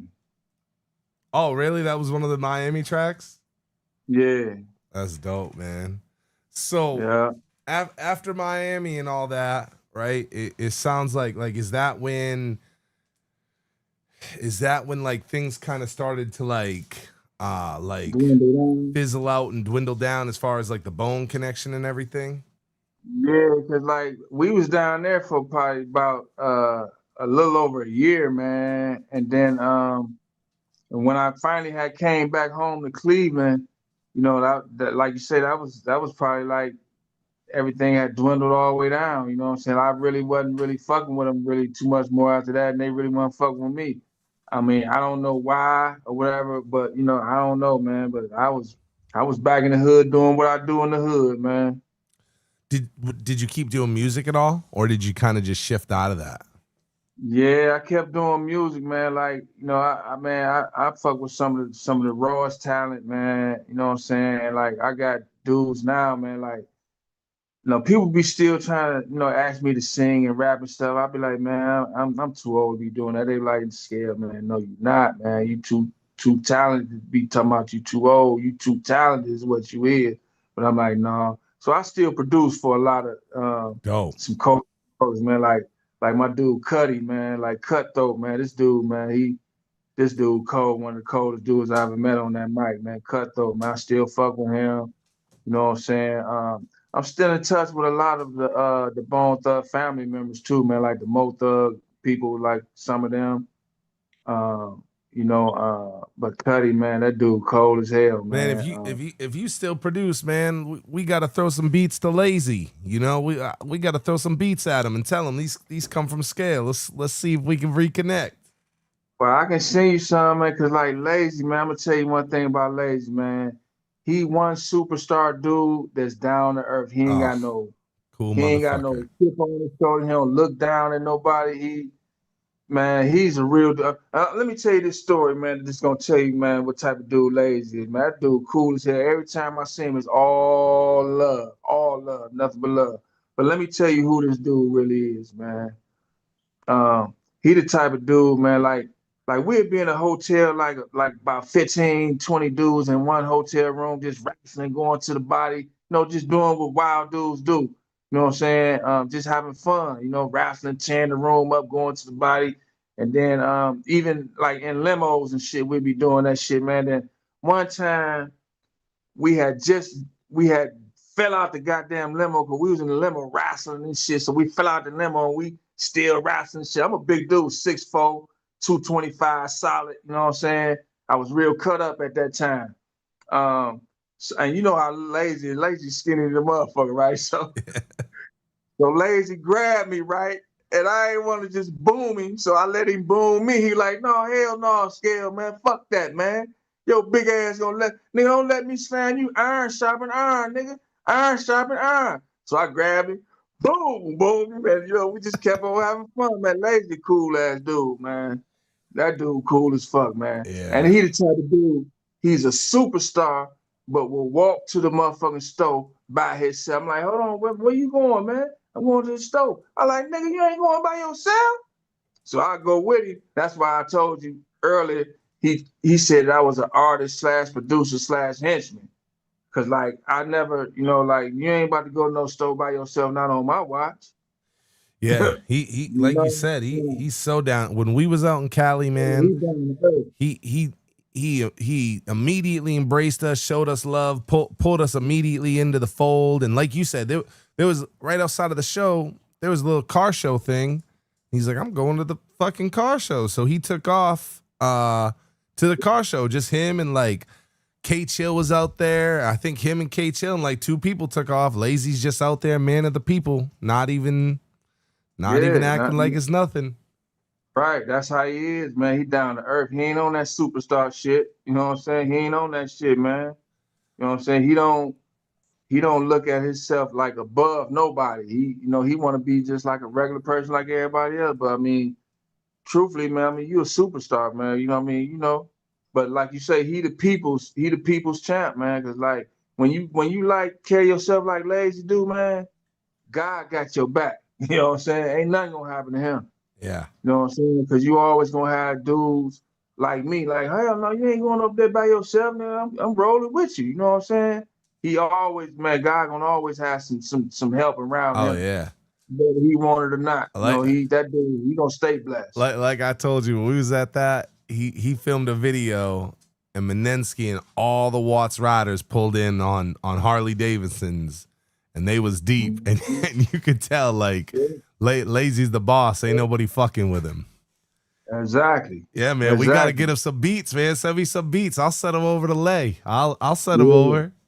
You know? I got some cold shit, man. I mean, I got some cold shit, man. Let's send him over, man. Well, I'm gonna ask you a couple questions before we wrap up, just about some Cleveland shit that I always like to ask people. You might have some memories of it. You might have none at all. One thing I always ask people about is if they have any memories. Everybody around Bone always brings up the store economies. Oh, but the coldest beer in town. That's what everybody Yeah, says. yeah. Hey, listen, Cleveland, man, it ain't really all super big like a lot of big cities, but it ain't no small city. It's pretty big. Cleveland pretty big. Man, you got people all over the city will go all the way over there. I mean, I'm talking about like a 15, 20-minute drive just to go over there and grab some brews because they cold as hell. Yeah. Say, I was all the way on the southeast side of town. Economies is all the way on the northeast side of town. That's about a 20-minute drive. Man, we used to go all the way over there just to get that brew, man. Yeah, You man. know, That's what everybody says. That's so funny. Everybody says that. get that brew, man. You know what I'm saying? And then you already know if that ain't your hood. See, Cleveland, back in them days, it was some gangs in Cleveland, but it's really Cleveland's like a hood thing. You know what I'm saying? Wasn't really like a gang. It was like a hood thing. If you ain't from this hood, don't come in this hood. If don't nobody know you, you don't know nobody or else. So we used to, kind of like put it on, we used to risk some shit going over there getting that shit, but that's how cold it was. We taking that risk. You know what I'm saying? Yeah, but see, I was the type of dude, man, like me, Ice, and rest in peace, Bang, Ice brother, Bang, man, rest in peace. We was the type of dudes, man. We know people all over the city, man. People over the city, all over the city know us, so we go anywhere, man. You know what I'm saying? But yeah, like, man, people go across town to get that brew, man, and risk it all just to go get a cold brew. A, Risk it all. a spot that people talk about a lot, and this might have been the same situation where it wasn't really around y'all, but and it actually mattered a lot to Bone, a lot of the local artists. I had mentioned K Chill. Doll's Rapid Creations was like a staple for Cleveland music. I was just curious if you have any memories of that, or if that was kind of like a other side of the town thing for you. Yeah, it was like a other side of town, man, because cause I seen Archie's interview, Archie Blaine. I seen his interview, and like how he was saying that he was fucking with a lot of different artists and stuff like that, because like he was basically from the northeast side of town. I was from the southeast side of town, so that's what I was doing on my side. Anybody that had some talent on my side would come fuck with me. Either this, it was a few dudes that was on my side that was really like, if you was hot, you was fucking with like either me, this dude named EQ, rest in peace EQ, because he gone. Me, EQ, and Jazz Mark. Jazz Mark and DJ SKAILS or something. They used to get me and him mixed up, battle acts or some shit. Yeah, it was a dude. I think his name was DJ SKAILS or something like that. But I'm DJ SKAIL, not Skills. You know what I'm saying? But it was a few dudes on my side that mostly everybody was going to. But Archie Blaine and all them was associated with Dow's Rapid Creation. Yeah. And on my side, it was that was their thing on their side. But on our side, it was a different story. But like I was one of them go-to guys that a lot of talent came through. A lot of people that listen to Beyond the Harmony, a lot of them are artists, a lot of them make music, and a lot of them will try to even collaborate with, people that we've had on the show. If somebody wanted to collaborate with you, would you be interested in producing or anything like that if somebody was to reach out to me? Because I know I'm going to get this question. People always ask me this question about guests. Mm-hmm. Yeah, man. I mean, that's what I do, man. Like I say, music is my first love, man, and I'm cold with it. You know what I'm saying? Like I say, I'm not singing and rapping no more. Everybody always try to get me to still sing and still rap. I'm not doing that no more. You know what I'm saying? I tell them, man, look, I'm too old to be doing that. They're like, no, Skail, you ain't too old. You too cold to quit. You know what I'm saying? I'm like, nah, I ain't doing that no more. But yeah, I'm still producing. So, yeah, I mean, if you got somebody that's really serious and really talented, man, you know what I'm saying? Link it up. Okay. And I can shoot you some tracks, man. Yeah. Yeah, man. Like I said, I want to get I want to get some tracks over to Lazy. Let's see if we can get some beats back in Lazy's hand from Skail. A question I missed. I know people are gonna ask me this and give me shit that I missed it, so I'll circle back. On the cover of Mo Thugs 4, are you on that cover with all the Mo Thugs? Yeah, because you know we was walking down the alley and we all like in a bunch. Yeah. You know, but I mean, you always look for the tall guy. Yeah, far You know, far left, right, of the cover. Yeah, because I had my hat cocked to the side. You know what I'm saying? I was the tall dude, and I think I was towards the left on that. You know what I'm saying? But I had my hat cocked to the side. Because if you look and look in, you'll see my face. You know what I'm saying? But yeah, I was on that album cover too. Yeah. And I think I had like a couple of songs on that album. I had The Land, and then I had like a compilation song where it was probably like about 6 of us on that song. I forget the name of the song, but it was another song on the Mo Thug for the movement that it was like a compilation song that was supposed to have been a single. You know what I'm saying? But yeah, I was on that song too. Yeah, man, we covered a lot, and I'll tell you, going into this, I was like, I don't know, man, I don't know what I'm gonna talk to a guy about that, you know, I saw a picture of, and I've seen like a couple songs, and I'm always so surprised, right? It's always the same thing for me, like especially when somebody's from Cleveland, it's like the roots are so deep that you have no idea how much shit, you know, between the DJ Ice story and the Thug Queen story and, you know, you being 7 Sign Regime and Mo Thug. We covered a lot, bro. Is there anything, you know, that we didn't touch on in our interview that you want to make sure that, like, the fans know about, you know, Scale or your story or anything like that?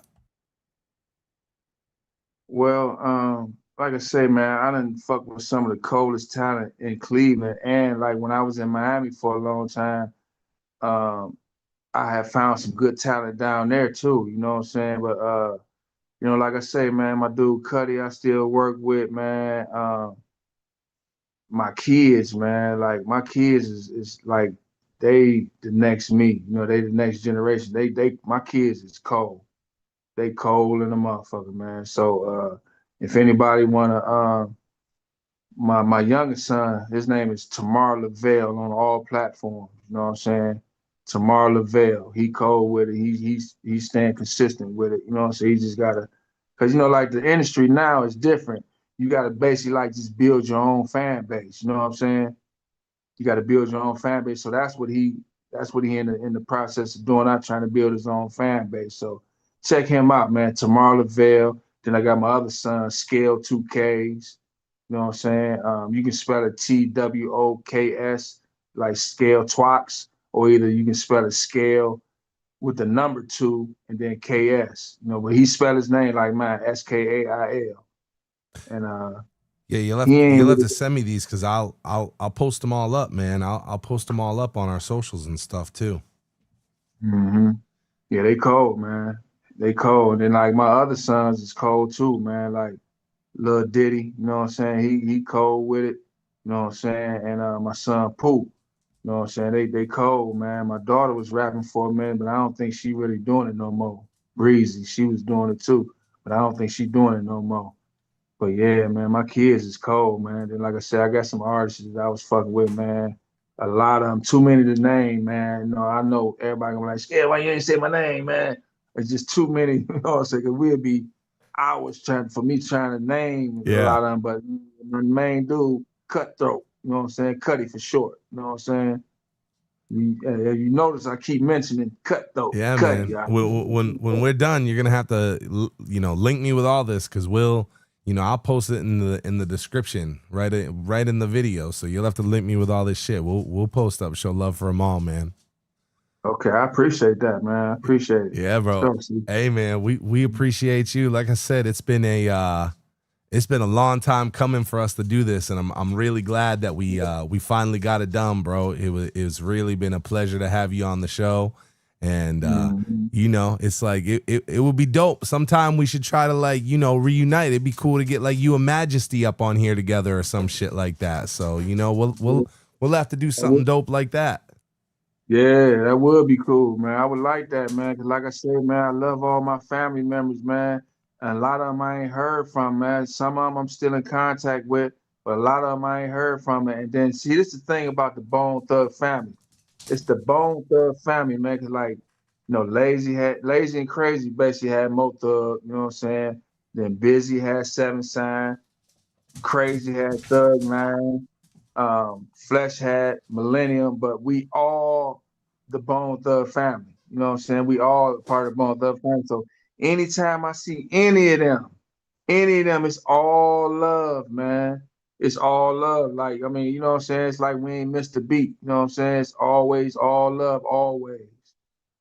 Yeah. Yeah, man. It's a beautiful thing. Yeah, family. Beautiful thing being part of the family tree. And you know, if there's ever anybody that I can get you in touch with that you think I got to connect, bro, just reach out. I'd be more than happy to connect you with anybody in the past that I can connect you with. Connect me with all of them, man. You know, like I say, man, it's all love for all my family. Anytime we hook up or see each other, it's always love. So give my number, all them, give them all my number, man. Give me all their number, man. Hook it up, man. I got you, bro. Scale, I want to thank you for coming on the show. I want the chat to light the chat up with that scale emoji, with that 7 sign emoji, with that Mo Thug fist. And I'm gonna be in touch with you, Scale. We gonna have to set up that You and Majesty thing. I think that would be real dope for the fans, a little 7 sign reunion. Yeah, for sure. It definitely would be, man. It definitely would be. Hell yeah. Scale, thanks for coming on, brother. I really appreciate you, man. I hope you have a good rest of your night, bro. Oh, for sure, man. You welcome, man. Anytime, man. Let me know when you want me to do it again. I man, got for you. Sure. And send me them links. Send me them links of the kids and Cuddy. Send me everything. Okay, for sure. For sure. Most definitely, man. I definitely will, man. All right, Marlaville, Scale 2K, Cuddy, Cutthroat. I got you, bro. Yeah. I appreciate your Scale. For sure. Yeah. Oh yeah, oh yeah. One more again. Indeedy. I love that it, was bro. Really cool. I love it. I'm sure so many good stories. I'm sure y'all heard Buzz was getting a little excited at the end of the Scale interview. I hear him. The toys. By the way, Black Cat Twins, Cat Cody story was awesome. That was hilarious. The Queen getting the name from Scale. I mean, that's the magic right there. The stories with Lazy were awesome. And of course, anytime we get to hear about economies, it's always entertaining. Bro, I sing it all week, man. The economies, 6 fours is frozen. He laughed. Yeah, he knew. Yeah. Well, bro, it's like it's an interview. And how long have I been saying the Scale interview to y'all? And I'm like, I don't know what it is. Years. But I know there's something there. I don't know what it is, but there's going to be something there. And I've said it and said it and said it. And there was so much cool shit in there. You know what I'm saying? DJ Ice's cousin, he's I don't know if I can think of another 7th sign Mo Thug member. I would say Cat Cody is like the closest, but Cat Cody was really a Mo Thug. Like you know, he was just featured on the album. But I can't think of another 7th sign Mo Thug. You know, Ice's cousin, named Thug Queen. You know, he's on the Diamond Mine he's on the Diamond Mine interview. I didn't even know. I thought that was just some bullshit, like the Diamond Mine interview, right? I didn't know that was like a real fucking studio that they were in. You know, and knowing that they did albums on albums there.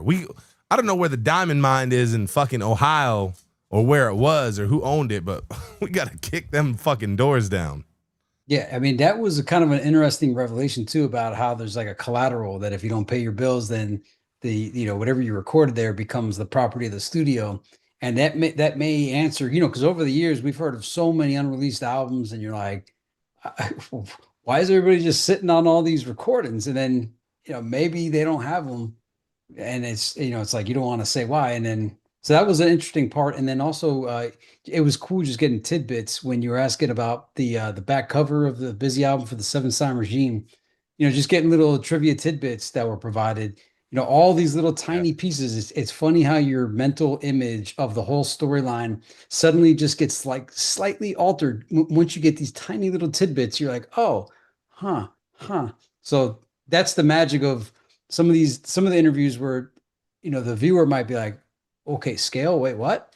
And then you experience it, and your whole storyline is expanded. So every interview we do, man, it's always the case, man. The story continues to expand and modify the narrative. Yeah. Yeah, man. Like his life, like to go from, he's very clear about his upbringing. He's very clear that he was touching music since he was 5, and he was already an artist when he met Busy. But imagine going from that, living in Atlanta in a mansion for a year, going to Miami after that, and working with, at the time, some of the biggest names in pop music. Because at the time, rap was like a household by then, you know what I mean? And then going back to Cleveland, like, what a crazy journey. I can't even imagine. I think that's always the thing that, like, I take away is, like, and he handled it really well. What's interesting is, like, the Seventh Sign guys, I'm not gonna say like their gratitude is different than like the Mo Thug guys, because I don't think that's the right way to word it, but just like their insight on the situation, and maybe it is because there wasn't a major label behind Seven Sign, and they appreciated that it was all Busy versus a record label's money, but like he seemed to handle it really well, that hey, it didn't work out the way we wanted it to work out, or I was here, and now I'm back in Cleveland. Like, those waves, man, that's a lot. Like, I've seen it way heavy on I've seen it way heavy on some of the Mo Thugs that we've had on, and some of them that we haven't, that it's like that up and down scale of, we out here with superstars in LA doing superstar shit, now we back in Cleveland. Like, that's a lot, bro. Yeah. It's hard to really picture what that would feel like as a, I don't even know how to describe it, but that, knowing that you put together 2,000 songs and they're just not there. Or he was very mature and humble about how he's like, I've heard them on the radio. Oh, his beats and shit. Yeah. And was this the first time we got Mo Thug 4 conversation, like from an actual I think so. person that was part of it? Yeah, I think so. That was neat too, because Mo Thug 4, even though I had it always, there was just no marketing for it, so I didn't know how to think about it, and it was just cool to get some Mo Thug. Plus, he's on the album cover, and then there was one other tidbit. What was it? Dang, lost my track. But yeah, Mo Thug 4, man.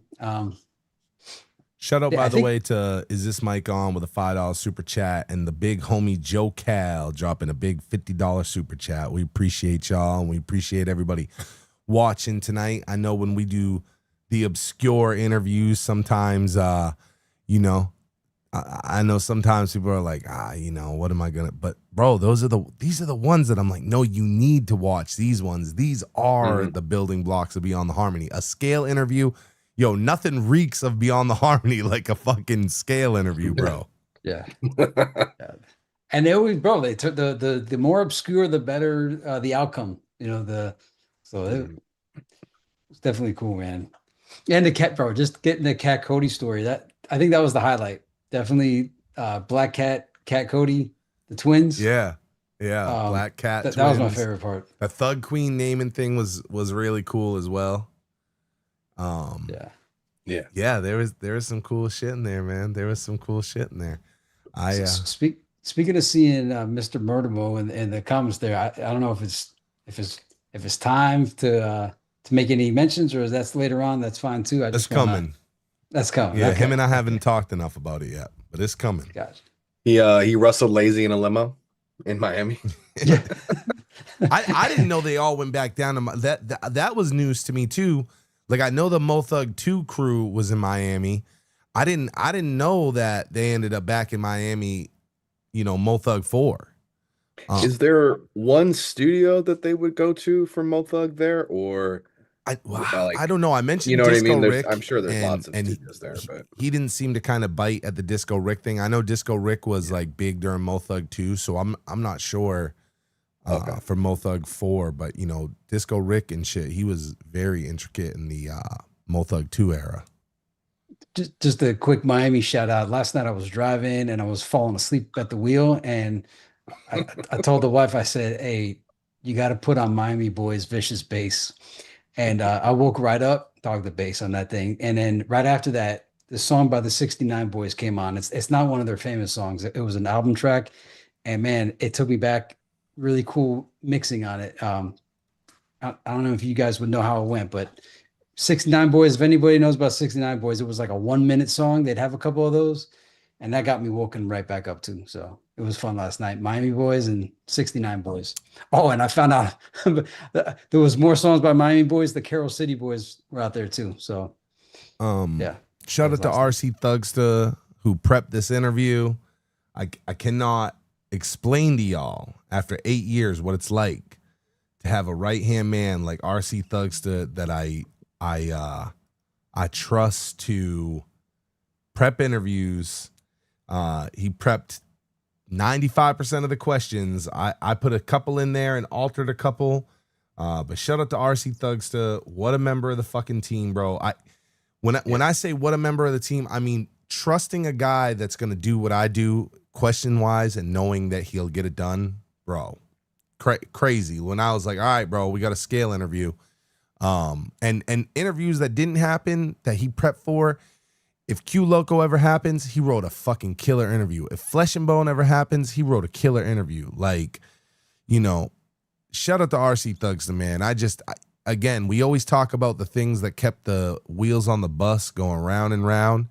And I'm not saying that I couldn't have written these interviews, but my life is so crazy and so busy, all of us. And knowing that I can count on RC Thugsta to come off the bench and throw me a touchdown, bro, is nuts. Invaluable. And he dropped you 130 gigs for you to check out, man. Some killer footage. Yeah. Oh yeah. Matt's got footage. I got some footage I gotta upload. We're gonna do something with it. I don't know what, man, but we're gonna do something with it. It'll be good. I also, while we're here, I want to bring it up.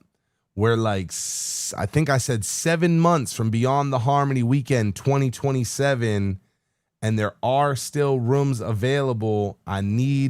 Let's get behind this, y'all. Let's get behind it. You got 7 months. You need a plane ticket and $1,000. John's letting motherfuckers do payment plans. It's That's smoking. I've been smoking weed again. John's letting people do payment plans. It's $250 down to lock it in. There's rooms left. There's 7 of us. We got 5 solo rooms left. Clever and Cold Blooded are fucking around, but I know they're gonna come through in the clutch. I know it. I just know Cold Blooded and Clever are gonna be there. I know they won't let it go by. So, but there's rooms left. Let's make Beyond the Harmony 2027 special, because here's the deal. When me and Matt and RC were in Cali, I was like, if we do Beyond the Harmony weekend out here, it's going to be amazing. And we actually wanted to do 2027. Before we even went to Cali, I said, let's move it to Cali next year. And it just wasn't the right time to do it based on what it cost to go to Cali. And then, what it costs to go to Cali and the housing and everything, right? But when we was just out there, if we do a BTH weekend in California, I'm going to make it the most magical motherfucking weekend of your life. Of your life. I promise, of your life. But we got to make it successful. And so we need this coming year to be a successful year, because it's going to be a pricey thing for us to go out there, which I'm cool with us doing. I'm cool with us taking the risk. I'm cool with it all. But let's make 2027 successful. Let's make this Skull and Crossroads society successful. And whatever we need to do it, you know what I'm saying? If you want to go and you say, hey, man, I can't put $250 down. I can probably only do X amount every week. Reach out to John, bro. Let's work it out. Let's get you there. Let's be part of something great, because I can tell you that is a fraternity, a brotherhood that we always have from this year, from 2026, and I know it's going to carry over into next year. Next year, the people that I know that are signed up right now, me, Matt, John, of course, but we're trying to get RC. I really want RC to go. You know what I'm saying? Joe Cal's gonna be there. Lib21, Crept is gonna be there. Vincent Vendetta, who sponsored, the Lazy Bone episode, right? I've known him for a long time. He didn't even know that I was Cecil West, and he's so excited. He signed up, right? So now we got some new in the mix that's gonna come to SNC, and we want y'all to do it too. We got a beautiful location. It's got all the amenities to make a great vacation. I'm talking pool and hot tub and bowling alley and fucking all this shit. We do the coolest shit, the coolest bone stuff. So if y'all don't know about it, pull up to the Discord, find out about it. But let's get you locked in. We got a couple rooms left. We'll have even less after Cold Blooded and Clever deposit.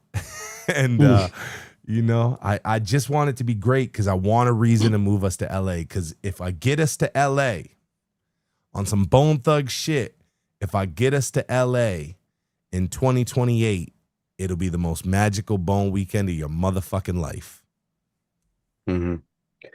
But we're not just talking about 26 and 27. It's like, what you mean is once we move to LA, if we can get there, if enough people participate, it'll have so much momentum. It'll be beyond unstoppable at that point. And what we can do with it and where we can take it and who we can get to come and participate at that point, there's just no limit. Oh. Plus, your net worth is your network. Your network is your net worth. And what a great way to, really, if you want to find like-minded people that like all, the one of the most important things in your life, this is your opportunity. It's not just to kick it for a weekend, but to develop those long-term bonds in person. They used to call it meet space. And just think of what occurred since we had that February meeting that led to the epic July that just happened and the DAT tapes and all this other stuff. So if you want to be part of that, this growing movement that we're doing, that this is the best way to do it, is to spend 3 days a weekend, a vacation with the Skull and Crossroads Society. Yeah, man. I really can't put into words, you know what I'm saying, what the what the weekend was like. And it's like Cali was dope. That's a core memory for me forever and ever and ever. But there's something special about that SNC weekend, and I just can't wait to see those, the people that I just listed. I hope everybody that was there last year, pulls up, all the jokes aside about, Clev and Cold Blooded. I hope they're there, man. I really hope they're there. And let's make it happen. Indeedy. So what are the projects on the immediate horizon? We got K-Chill coming out. The single dropped today. And the album is, I guess, the album and the book are going to release together. And then there's, I guess, a K-Chill and Lazy Bone collabo album coming out at some point. Also, Eric Wilson's Confluence album. I don't know if it's like that, just the single, or if it's all those songs that happen. It seems like more and more tracks keep getting added to it. That's pretty cool to check out. Eric Wilson Confluence. Yeah, and then, is this mic on? They just had a great Eric Wilson interview, by the way. So for real? Yeah. So if y'all are interested, you know what I'm saying. I'm so proud of them too. Like they're fucking. It's the momentum for them, right? I set them up with a K-Chill interview. Well, through K-Chill, they connect with Eric Wilson, and they hit me like, "Hey, man, we gonna do this Eric Wilson interview. Are you cool with that?" I was like, "Yeah, fucking do it, bro. I would love for that, right? Like." Yeah. We gonna do one, and it's gonna be totally different. The Beyond the Harmony interview is totally different. So it's like all the Eric Wilson interviews we can get, right? And then off of Eric Wilson, they get I can't remember homeboy's name, but he's the son of one of the dudes in Brothers for the Struggle. So they just did an interview with them. So they're doing the loop through the Scratch Paper, Productions.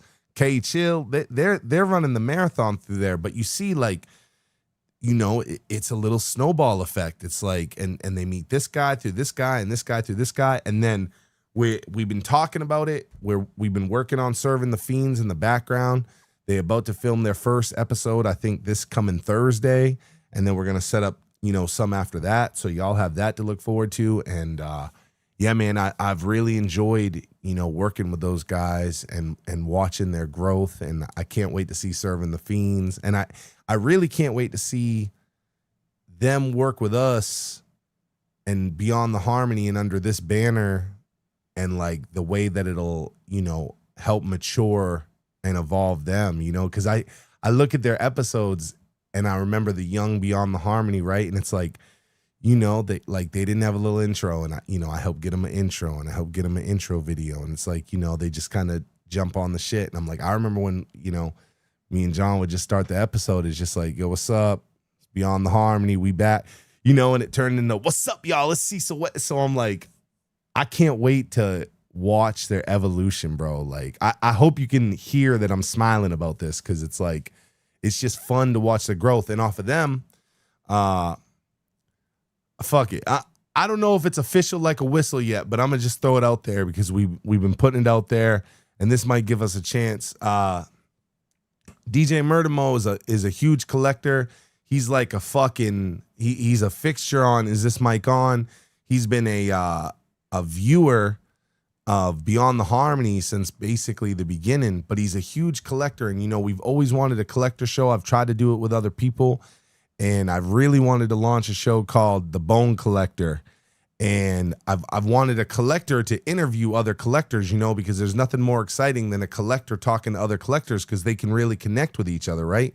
So it's like, yeah, you know, you'll have an episode with Murdermo and his collection, but you can't do that every time. So then, you know, we set him up with like a Clever, and you watch him and Clever, you know, Clever show him his collection, and you know, because he's a collector, he'll know the right shit to ask and the right things to say. And it's like, I really want to do the Bone Collector under Beyond the Harmony Network. And we've tossed that around. Me and Murdermo just haven't had a chance to finalize it, but I think that's going to be a thing as well. So when we talked in season 3, Beyond the Harmony Network, you know, and it didn't come together. Three seasons later, I think y'all are going to finally get the Beyond the Harmony Network. And I don't know. We might pop that Patreon up again, y'all. We might pop that Patreon up again. Well, just the fact, I love the name Serving the Fiends, and then just the fact that one of the best collectors will be hosting a collector show, because this is one of the things, you know, we always say, we talked about from the beginning. That's how we thought the show was going to be, was about collecting, interviewing collectors. So this brings like another part of the whole vision to life. So that's awesome. Also, I just want to say, man, the Is the Mic On podcast, I have it on push notifications, and I see, like, I'm in the middle of work and I see these really cool topics. Like, their topics are amazing. Like, they're so good. They're like John Lippy topics. I'm like, dude, these are awesome. These are such awesome topics to bring up, and it makes me happy that someone else is doing it. You know, while I'm at work, I'm like, all right, these guys are doing the things that I wish I could be doing. So it lives on through them. I love that they kind of got like and I'm not saying they took this from us. It's just in the same vein, but I love that they got like a long format question of the week, you know, like our version of question of the week. It's like they got like a long format of that, and I'm like, bro, it's dope, man. I love it. And they're starting to feel the Bone effect, which is they want to talk about other shit, but their viewership has gone through the roof as Bone fans. And so they kind of feeling that the thug effect, where, you know, people want to hear them talk about Bone, and they doing their own little tournament right now, right? Like, who's the chorus like king, right? So they just had like Nate Dogg versus Zero, and you know, Nate Dogg won, and I think I don't know if they did it or not, or it's coming up. They're gonna have Crazy Bone versus Nate Dogg, right? And they like, it's unfair because our viewers are, man, they're gonna come through for Crazy Bone. Like, who's gonna come through for Nate Dogg? If they haven't already done it, I'm gonna pull up for Nate Dogg. Yeah. They're putting Kentucky on the map if it's not already on the map, man. And if they may have the perfect timing to strike when the match is hot. If if they're still got recordings and whatnot, the Kentucky boys, man, they're putting Kentucky on, man, nicely. So did you ever see when I pulled up for?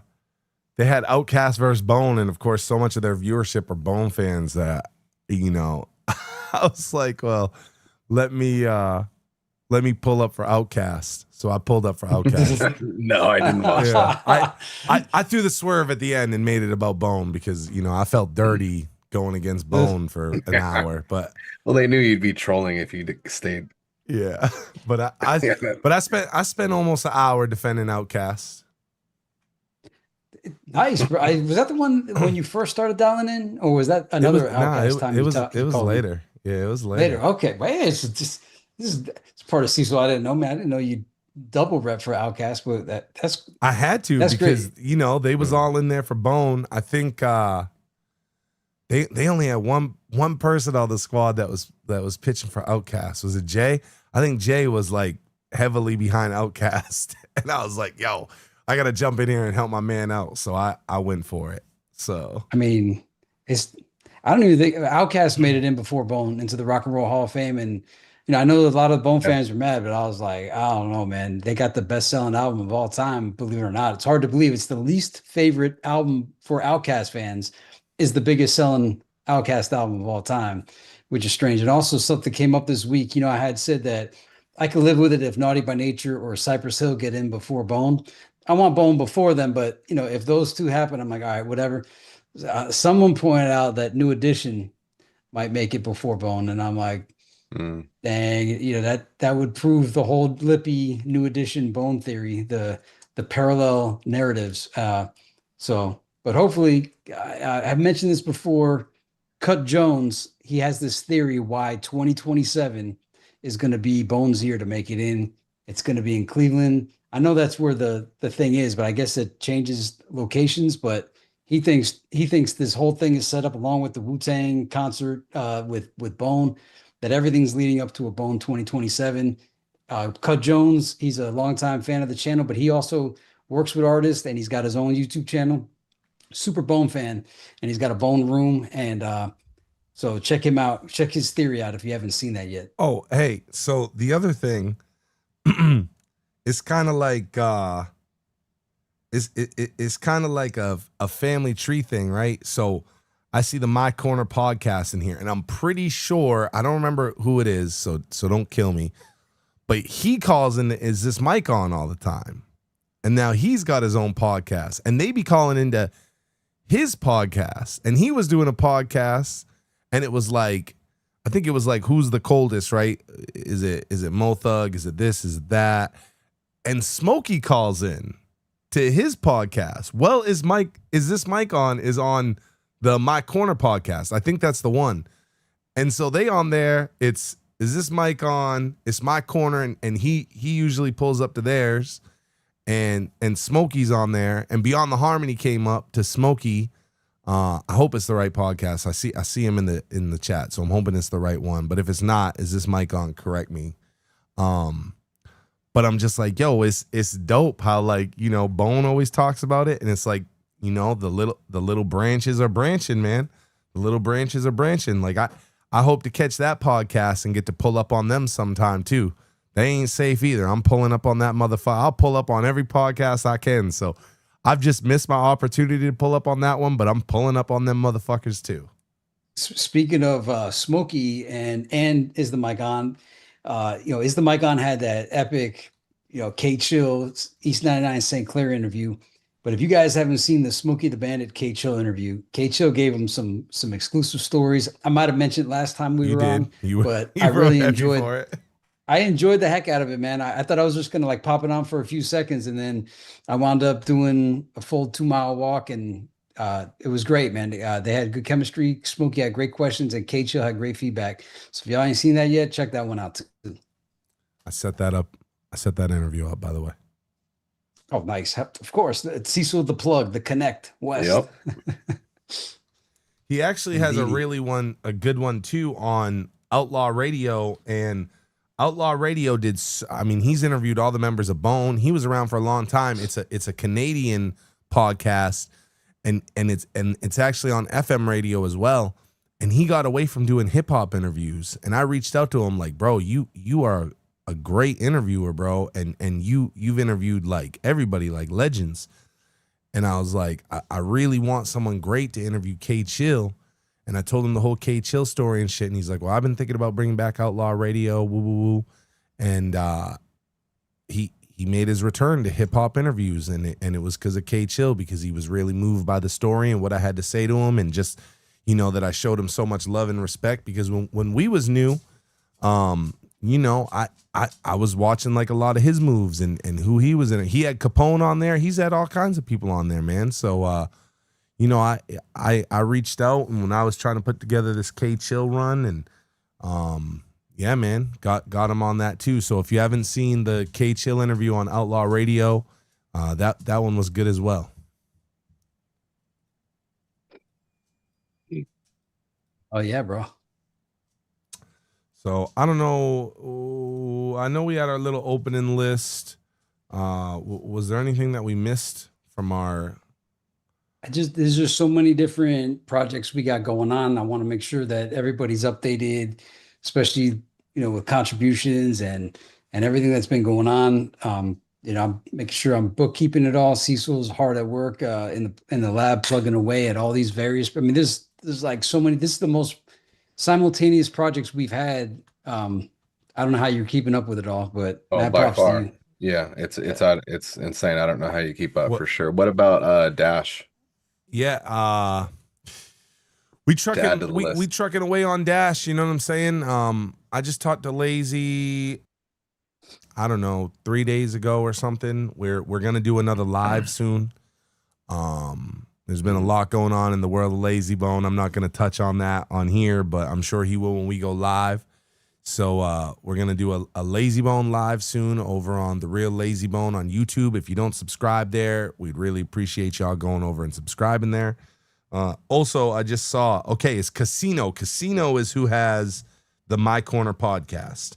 And on the 4th, so that would be this coming Tuesday, he's got a live at 7 p.m. Eastern called Bone Thugs and Harmony is the best rap group ever, no questions, part 2. So if you want to pull up on some Bone fans talking some Bone shit, you know, hop over to the Casino's My Corner podcast. It's at My Corner Podcast, corner with a K. And this Tuesday at 7 o'clock, you know, they're going to be talking Bone.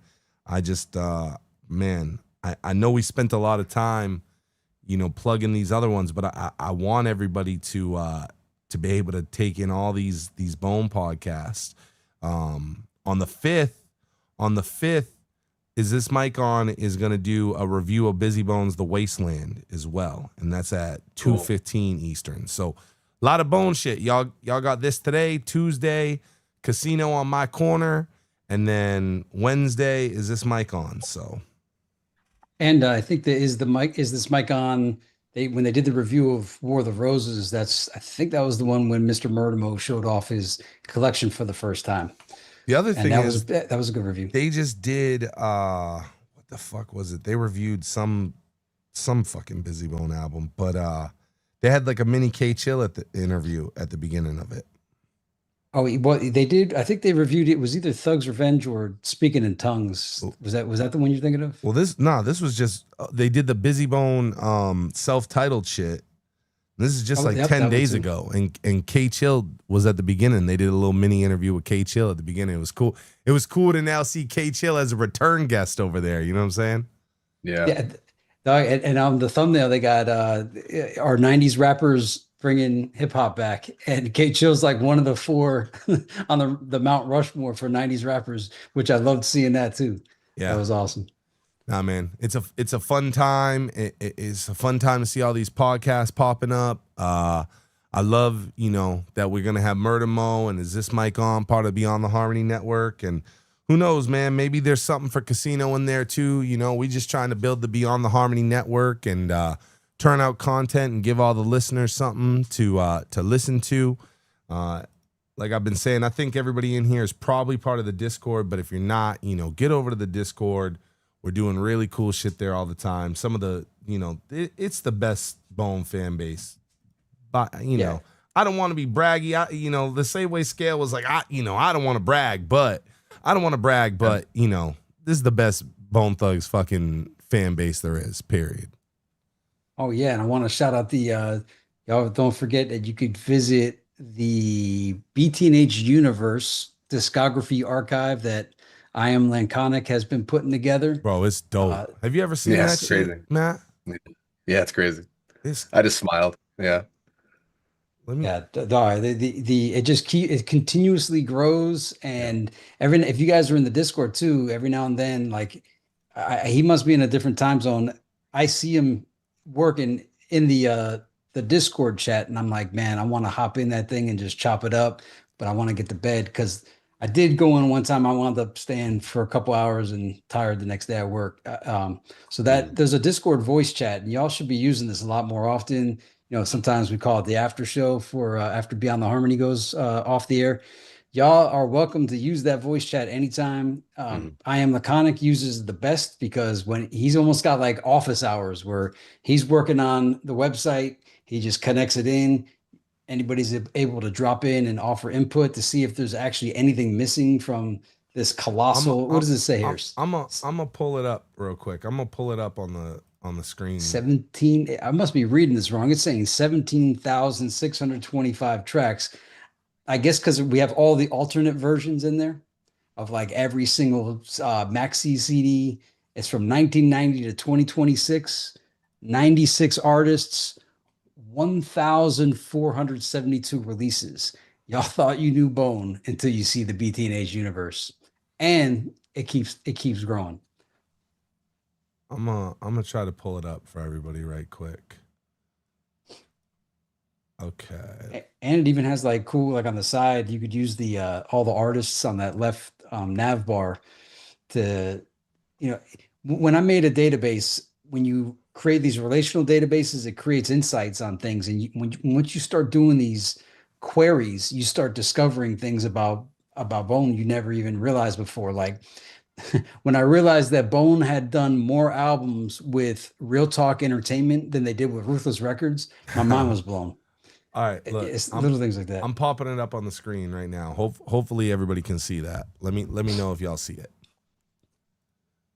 Now that I've showed my face, by the way, you can see right here in the little corner, there's a little picture of my face for all you motherfuckers obsessed with my face. So yeah, this is the BTNH universe. Shout out to Laconic down here, Laconic Inc., BTH Publishing. So showing a lot of love for Beyond the Harmony. And yeah, man, this thing is fucking nutty. You go to it, you got an artist, you click on it, and here's, I know he's kind of like integrating with like, Discogs and stuff, but it's like, it's so much cleaner and it's just Bone, Right. So I hope like, I hope what it ends up like right now, this format right here is a little messy to me. Like I hope it gets separated by like, by Ruthless or like in the eras or like time frame or something. But it's like, bro, I mean, look at this. This is crazy. Click on Creeping on a Come Up. Here's all, if you were a collector. Oh yeah. Somebody had asked about the double disc. Here it is right here. This is the one that we were talking about earlier. It's 2 discs, 6 tracks, Thuggish Ruggish Bone on 1 disc, For the Love of Money on the other disc. Boom. Hey, just so you know, see those links? Those link, I think, to YouTube, the actual song. Well, maybe not the MTV version, but like if you go to an actual like official release, some of them actually link to the YouTube songs. Oh yeah, look, it just opened up. I don't know if it did it on y'all's side or not. Yeah, isn't that crazy, bro? Yeah, look at that. Like literally the whole. When I say Bone collection, the whole Bone universe, the universe is not even the universe and the multiverse and the in-between verse, the interdimensional verse is all. Oh, look, they said I can filter. They're like, we ahead of you. They're like, look, you can filter. So I can filter by all labels. Okay, look, see? What a fucking psychopath.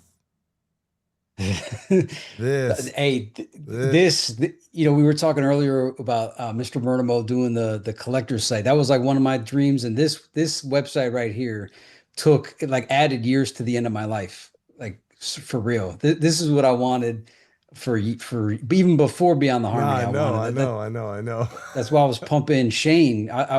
My dream was for Shane Abrahamson to do this, and where the Book of Thugs of Shane didn't happen. Man, that was going to be a beautiful thing when we first started Beyond the Harmony. Shane Abrahamson had the Book of Thugs, and it just never happened. And this is definitely what he wanted. I mean, this is next level, man. Look, Too True in here. And for anybody out there, has there been a Shane Abrahamson sighting in 5 years? Nah, I think he got the fuck out of Bone.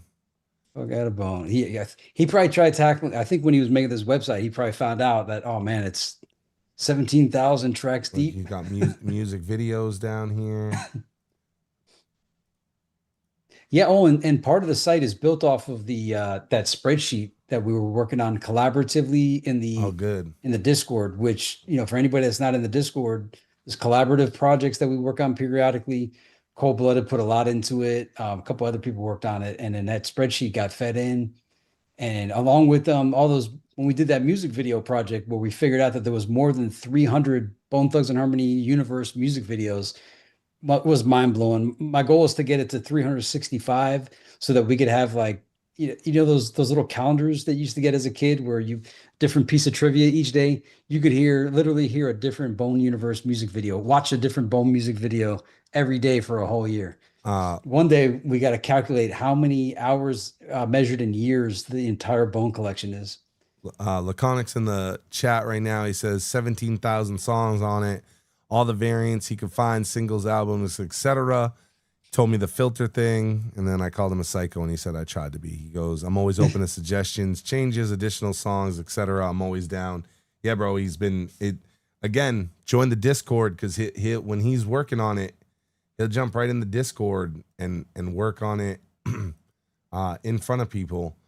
But yeah, man. I mean, this is just great. This is what we've always kind of wanted.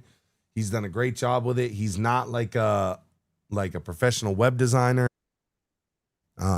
He just kind of started doing it, and look at it. It's dope. So, you know, Bone Tracker, the BT&H universe. If you don't have this, you know, check it out. I will.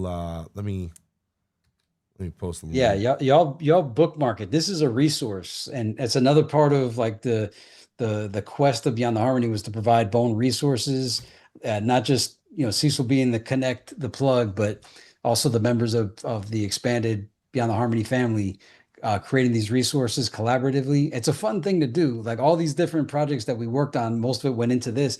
You know, the side projects that we did all accumulated. This is like the Avengers movie of the side projects that we worked on. So collaborating with others is a great way to showcase some of your Bone knowledge.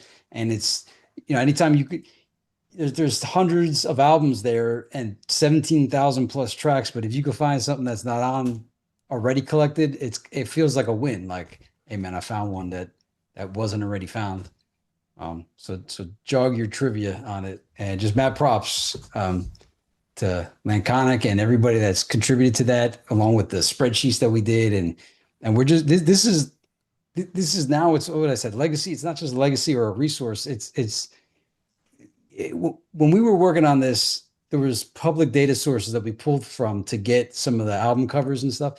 And it's just neat creating resources that other people could find years later and integrate in. So mad props, dude. This is the Beyond the Harmony community, the Discord and everything. This is kind of what happens at BTH weekend.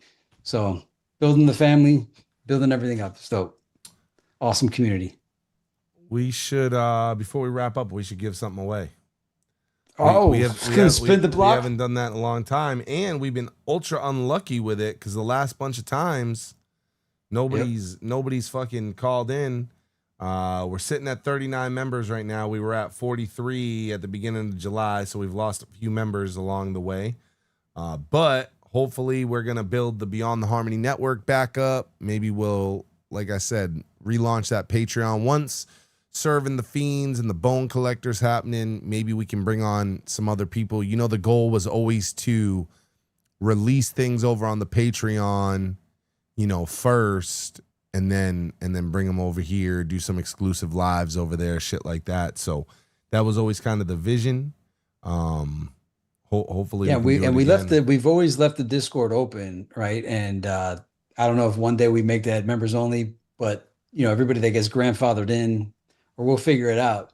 But again, you know, sometimes you got to monetize things, sometimes you don't. But we've provided awesome resources to build everything in the meantime for free.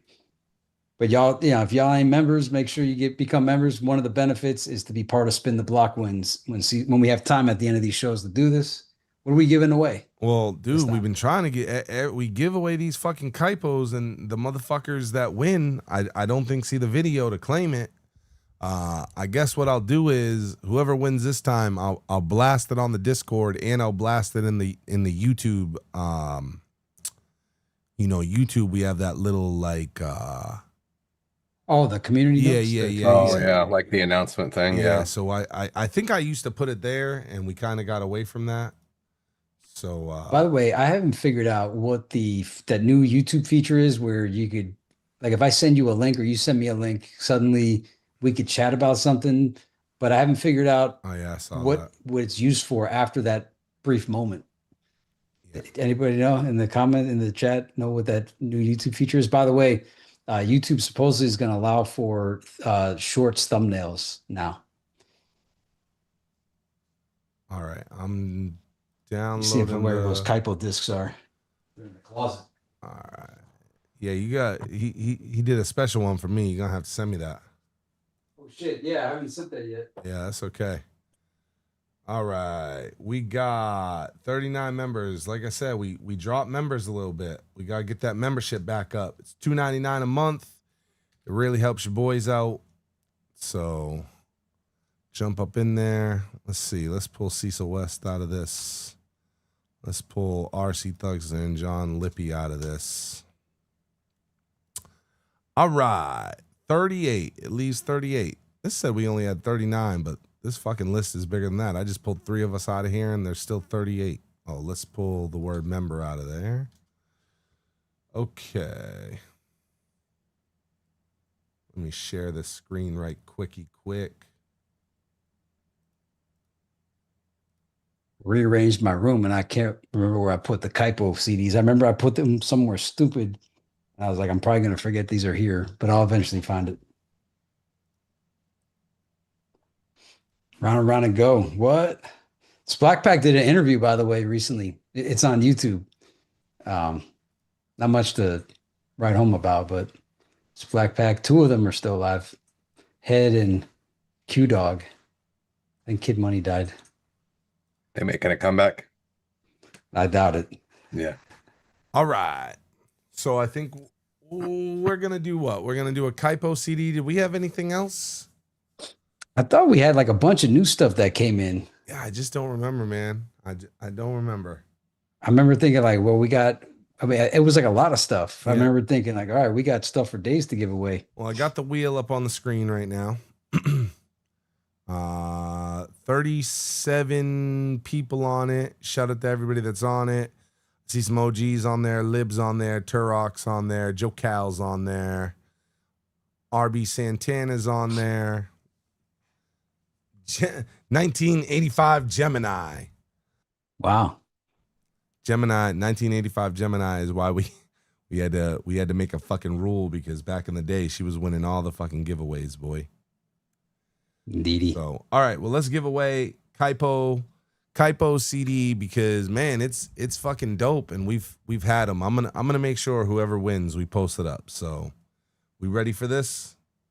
Yeah, that's a fun wheel. I'm gonna take a screenshot of that thing, man, bro, just to capture the names every time. Found in love with the wheel. Yeah, man. Always, right, Matt? Doesn't he always Power love of the wheel.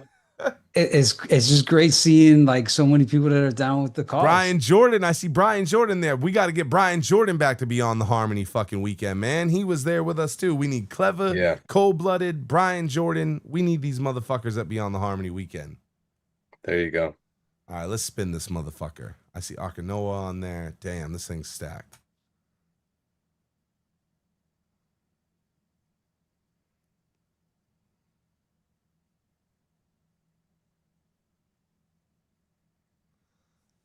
Mark Scott. We got the sound effects. Mark Scott. I don't know who Mark Scott is off the top of my head, but Mark won, and we have multiple, so let's do a second one too. Yeah. Mark Scott. And let's do one more. Let's shuffle up the names this time. Anyone in the chat know him from Discord or anything? I mean, well, his Discord name probably isn't Mark Scott, but right. That's always the way. Yeah, I can't find anybody named Mark in the Discord at all. So we'll post them in the community section. Let's spin it one more time. Hopefully we meet Mark and whoever gets this one.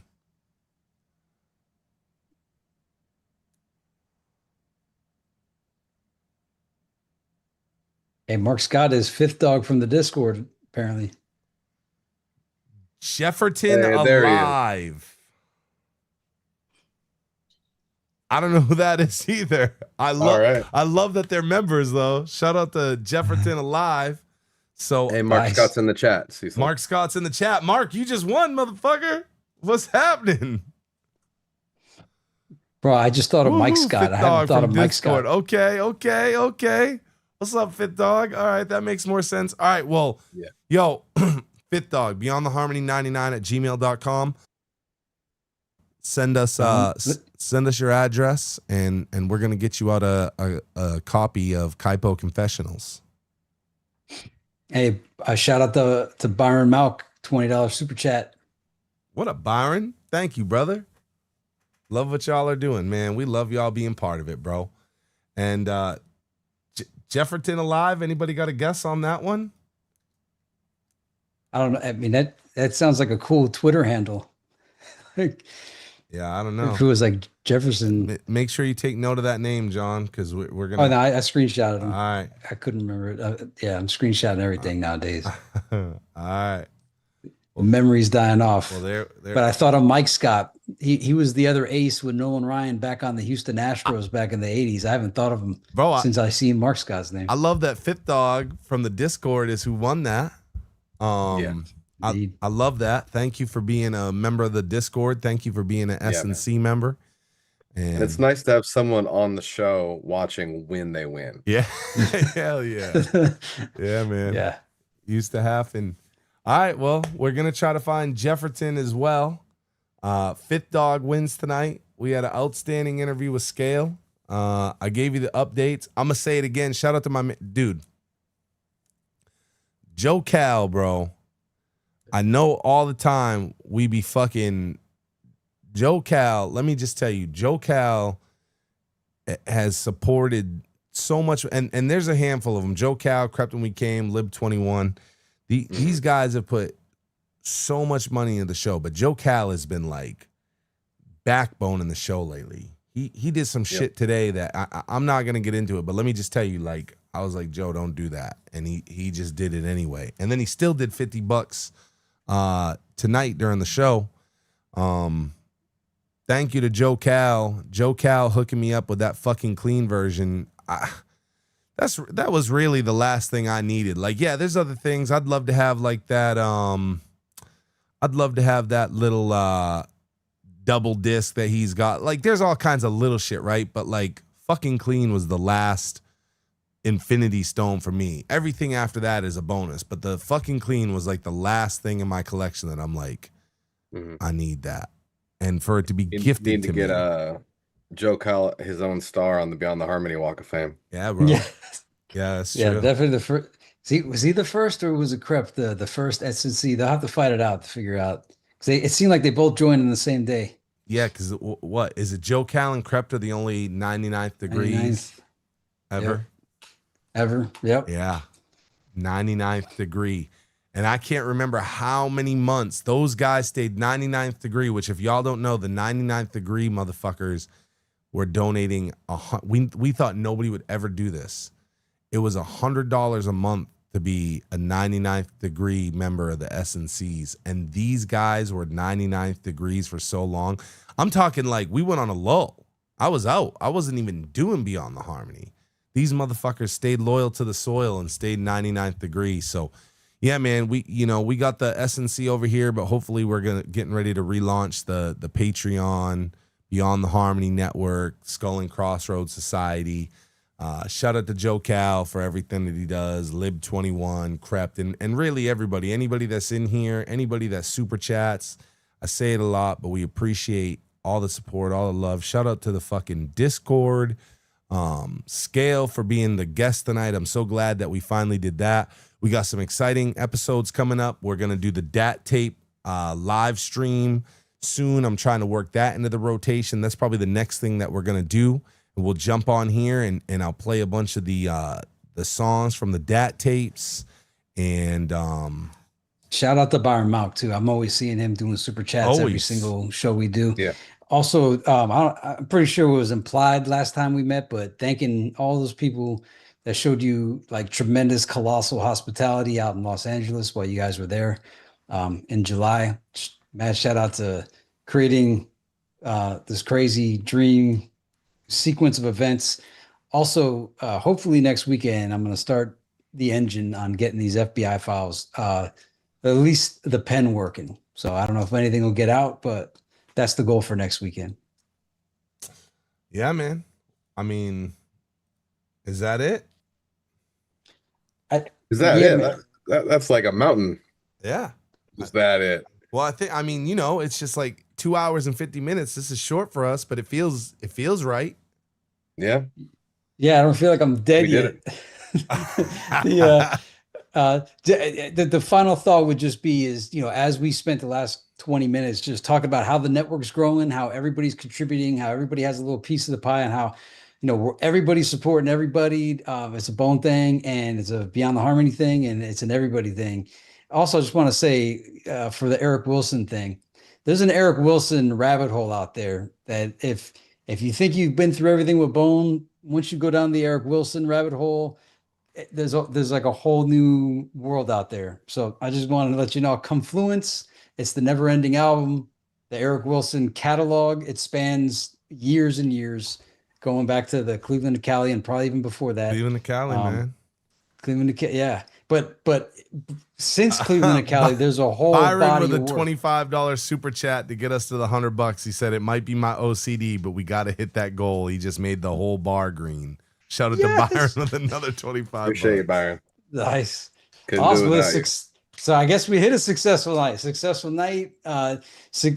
Everything is dope, man. Hey, God's Plan, Heaven's Movie, RC Thugsta, all that stuff. K-Chill. It was an amazing, epic July. Mad props to you guys for pulling that off. And there's gonna be many more.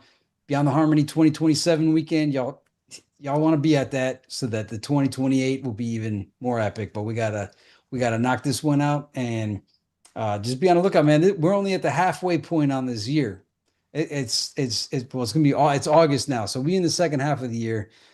I know Cecil West always has something cooking around the corner, so I can't wait to see what happens next. Well, bro, it feels like a lifetime ago that we did the Cleveland All-Stars. It was supposed to be Romeo's, Cleveland All-Stars, 101, Archie, Freaky G, K-Chill. Then we did Raid and Rush, Beyond the Harmony Weekend. We had Kaipo. We had Gary Ballin. The Lazy Bone interview. Then me and Lazy turned around and did the Dash interview on here. Don Cunningham. With Blaze. With Blaze too. Yeah, Blaze with was part of that. It's been a big season, and yeah, we no matter what, y'all still got, let's see, September, October, November. No matter what, y'all got 4 more episodes this season. But I can almost guarantee you're getting more than 4 more fucking episodes. Like we're trying to put them in wherever we can now. Like we're going to be looking at when we can make the next August one happen. Because we got too much. Mike Smooth wants to come on. Kenny McLeod wants to come on. Who else? Who else was in Cali that wanted to come on? There's a new some news. Put the news out. Jordan Corey's coming back. I'll get back in the swing of official. things. It's in writing, Jordan. You better be there, man. Okay. I love it. Yep. I That's love right it. there. I hope you do it, Jordan. Yeah. Yeah, bro. And I'd love to see you there, brother. And at some point, Lib 21 gonna be doing it big. And don't forget, there's seemingly every other day is the Mic On podcast is always doing it. So we trying to get to is the Mic On podcast status where we could be doing this every single day. So mad props to them for just, I mean, we already did that, but yeah, man. Everything's beautiful, bro. That's all I gotta say is Heaven's movie, God's plan. That's it. Matt? Couldn't have said it better. You know what it is then. My name is Cecil West, rocking with the one and only John Lippy, the creative accountant.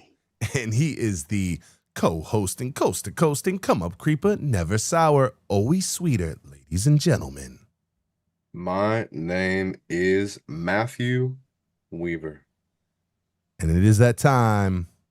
Feenics Ryzin, bring us home.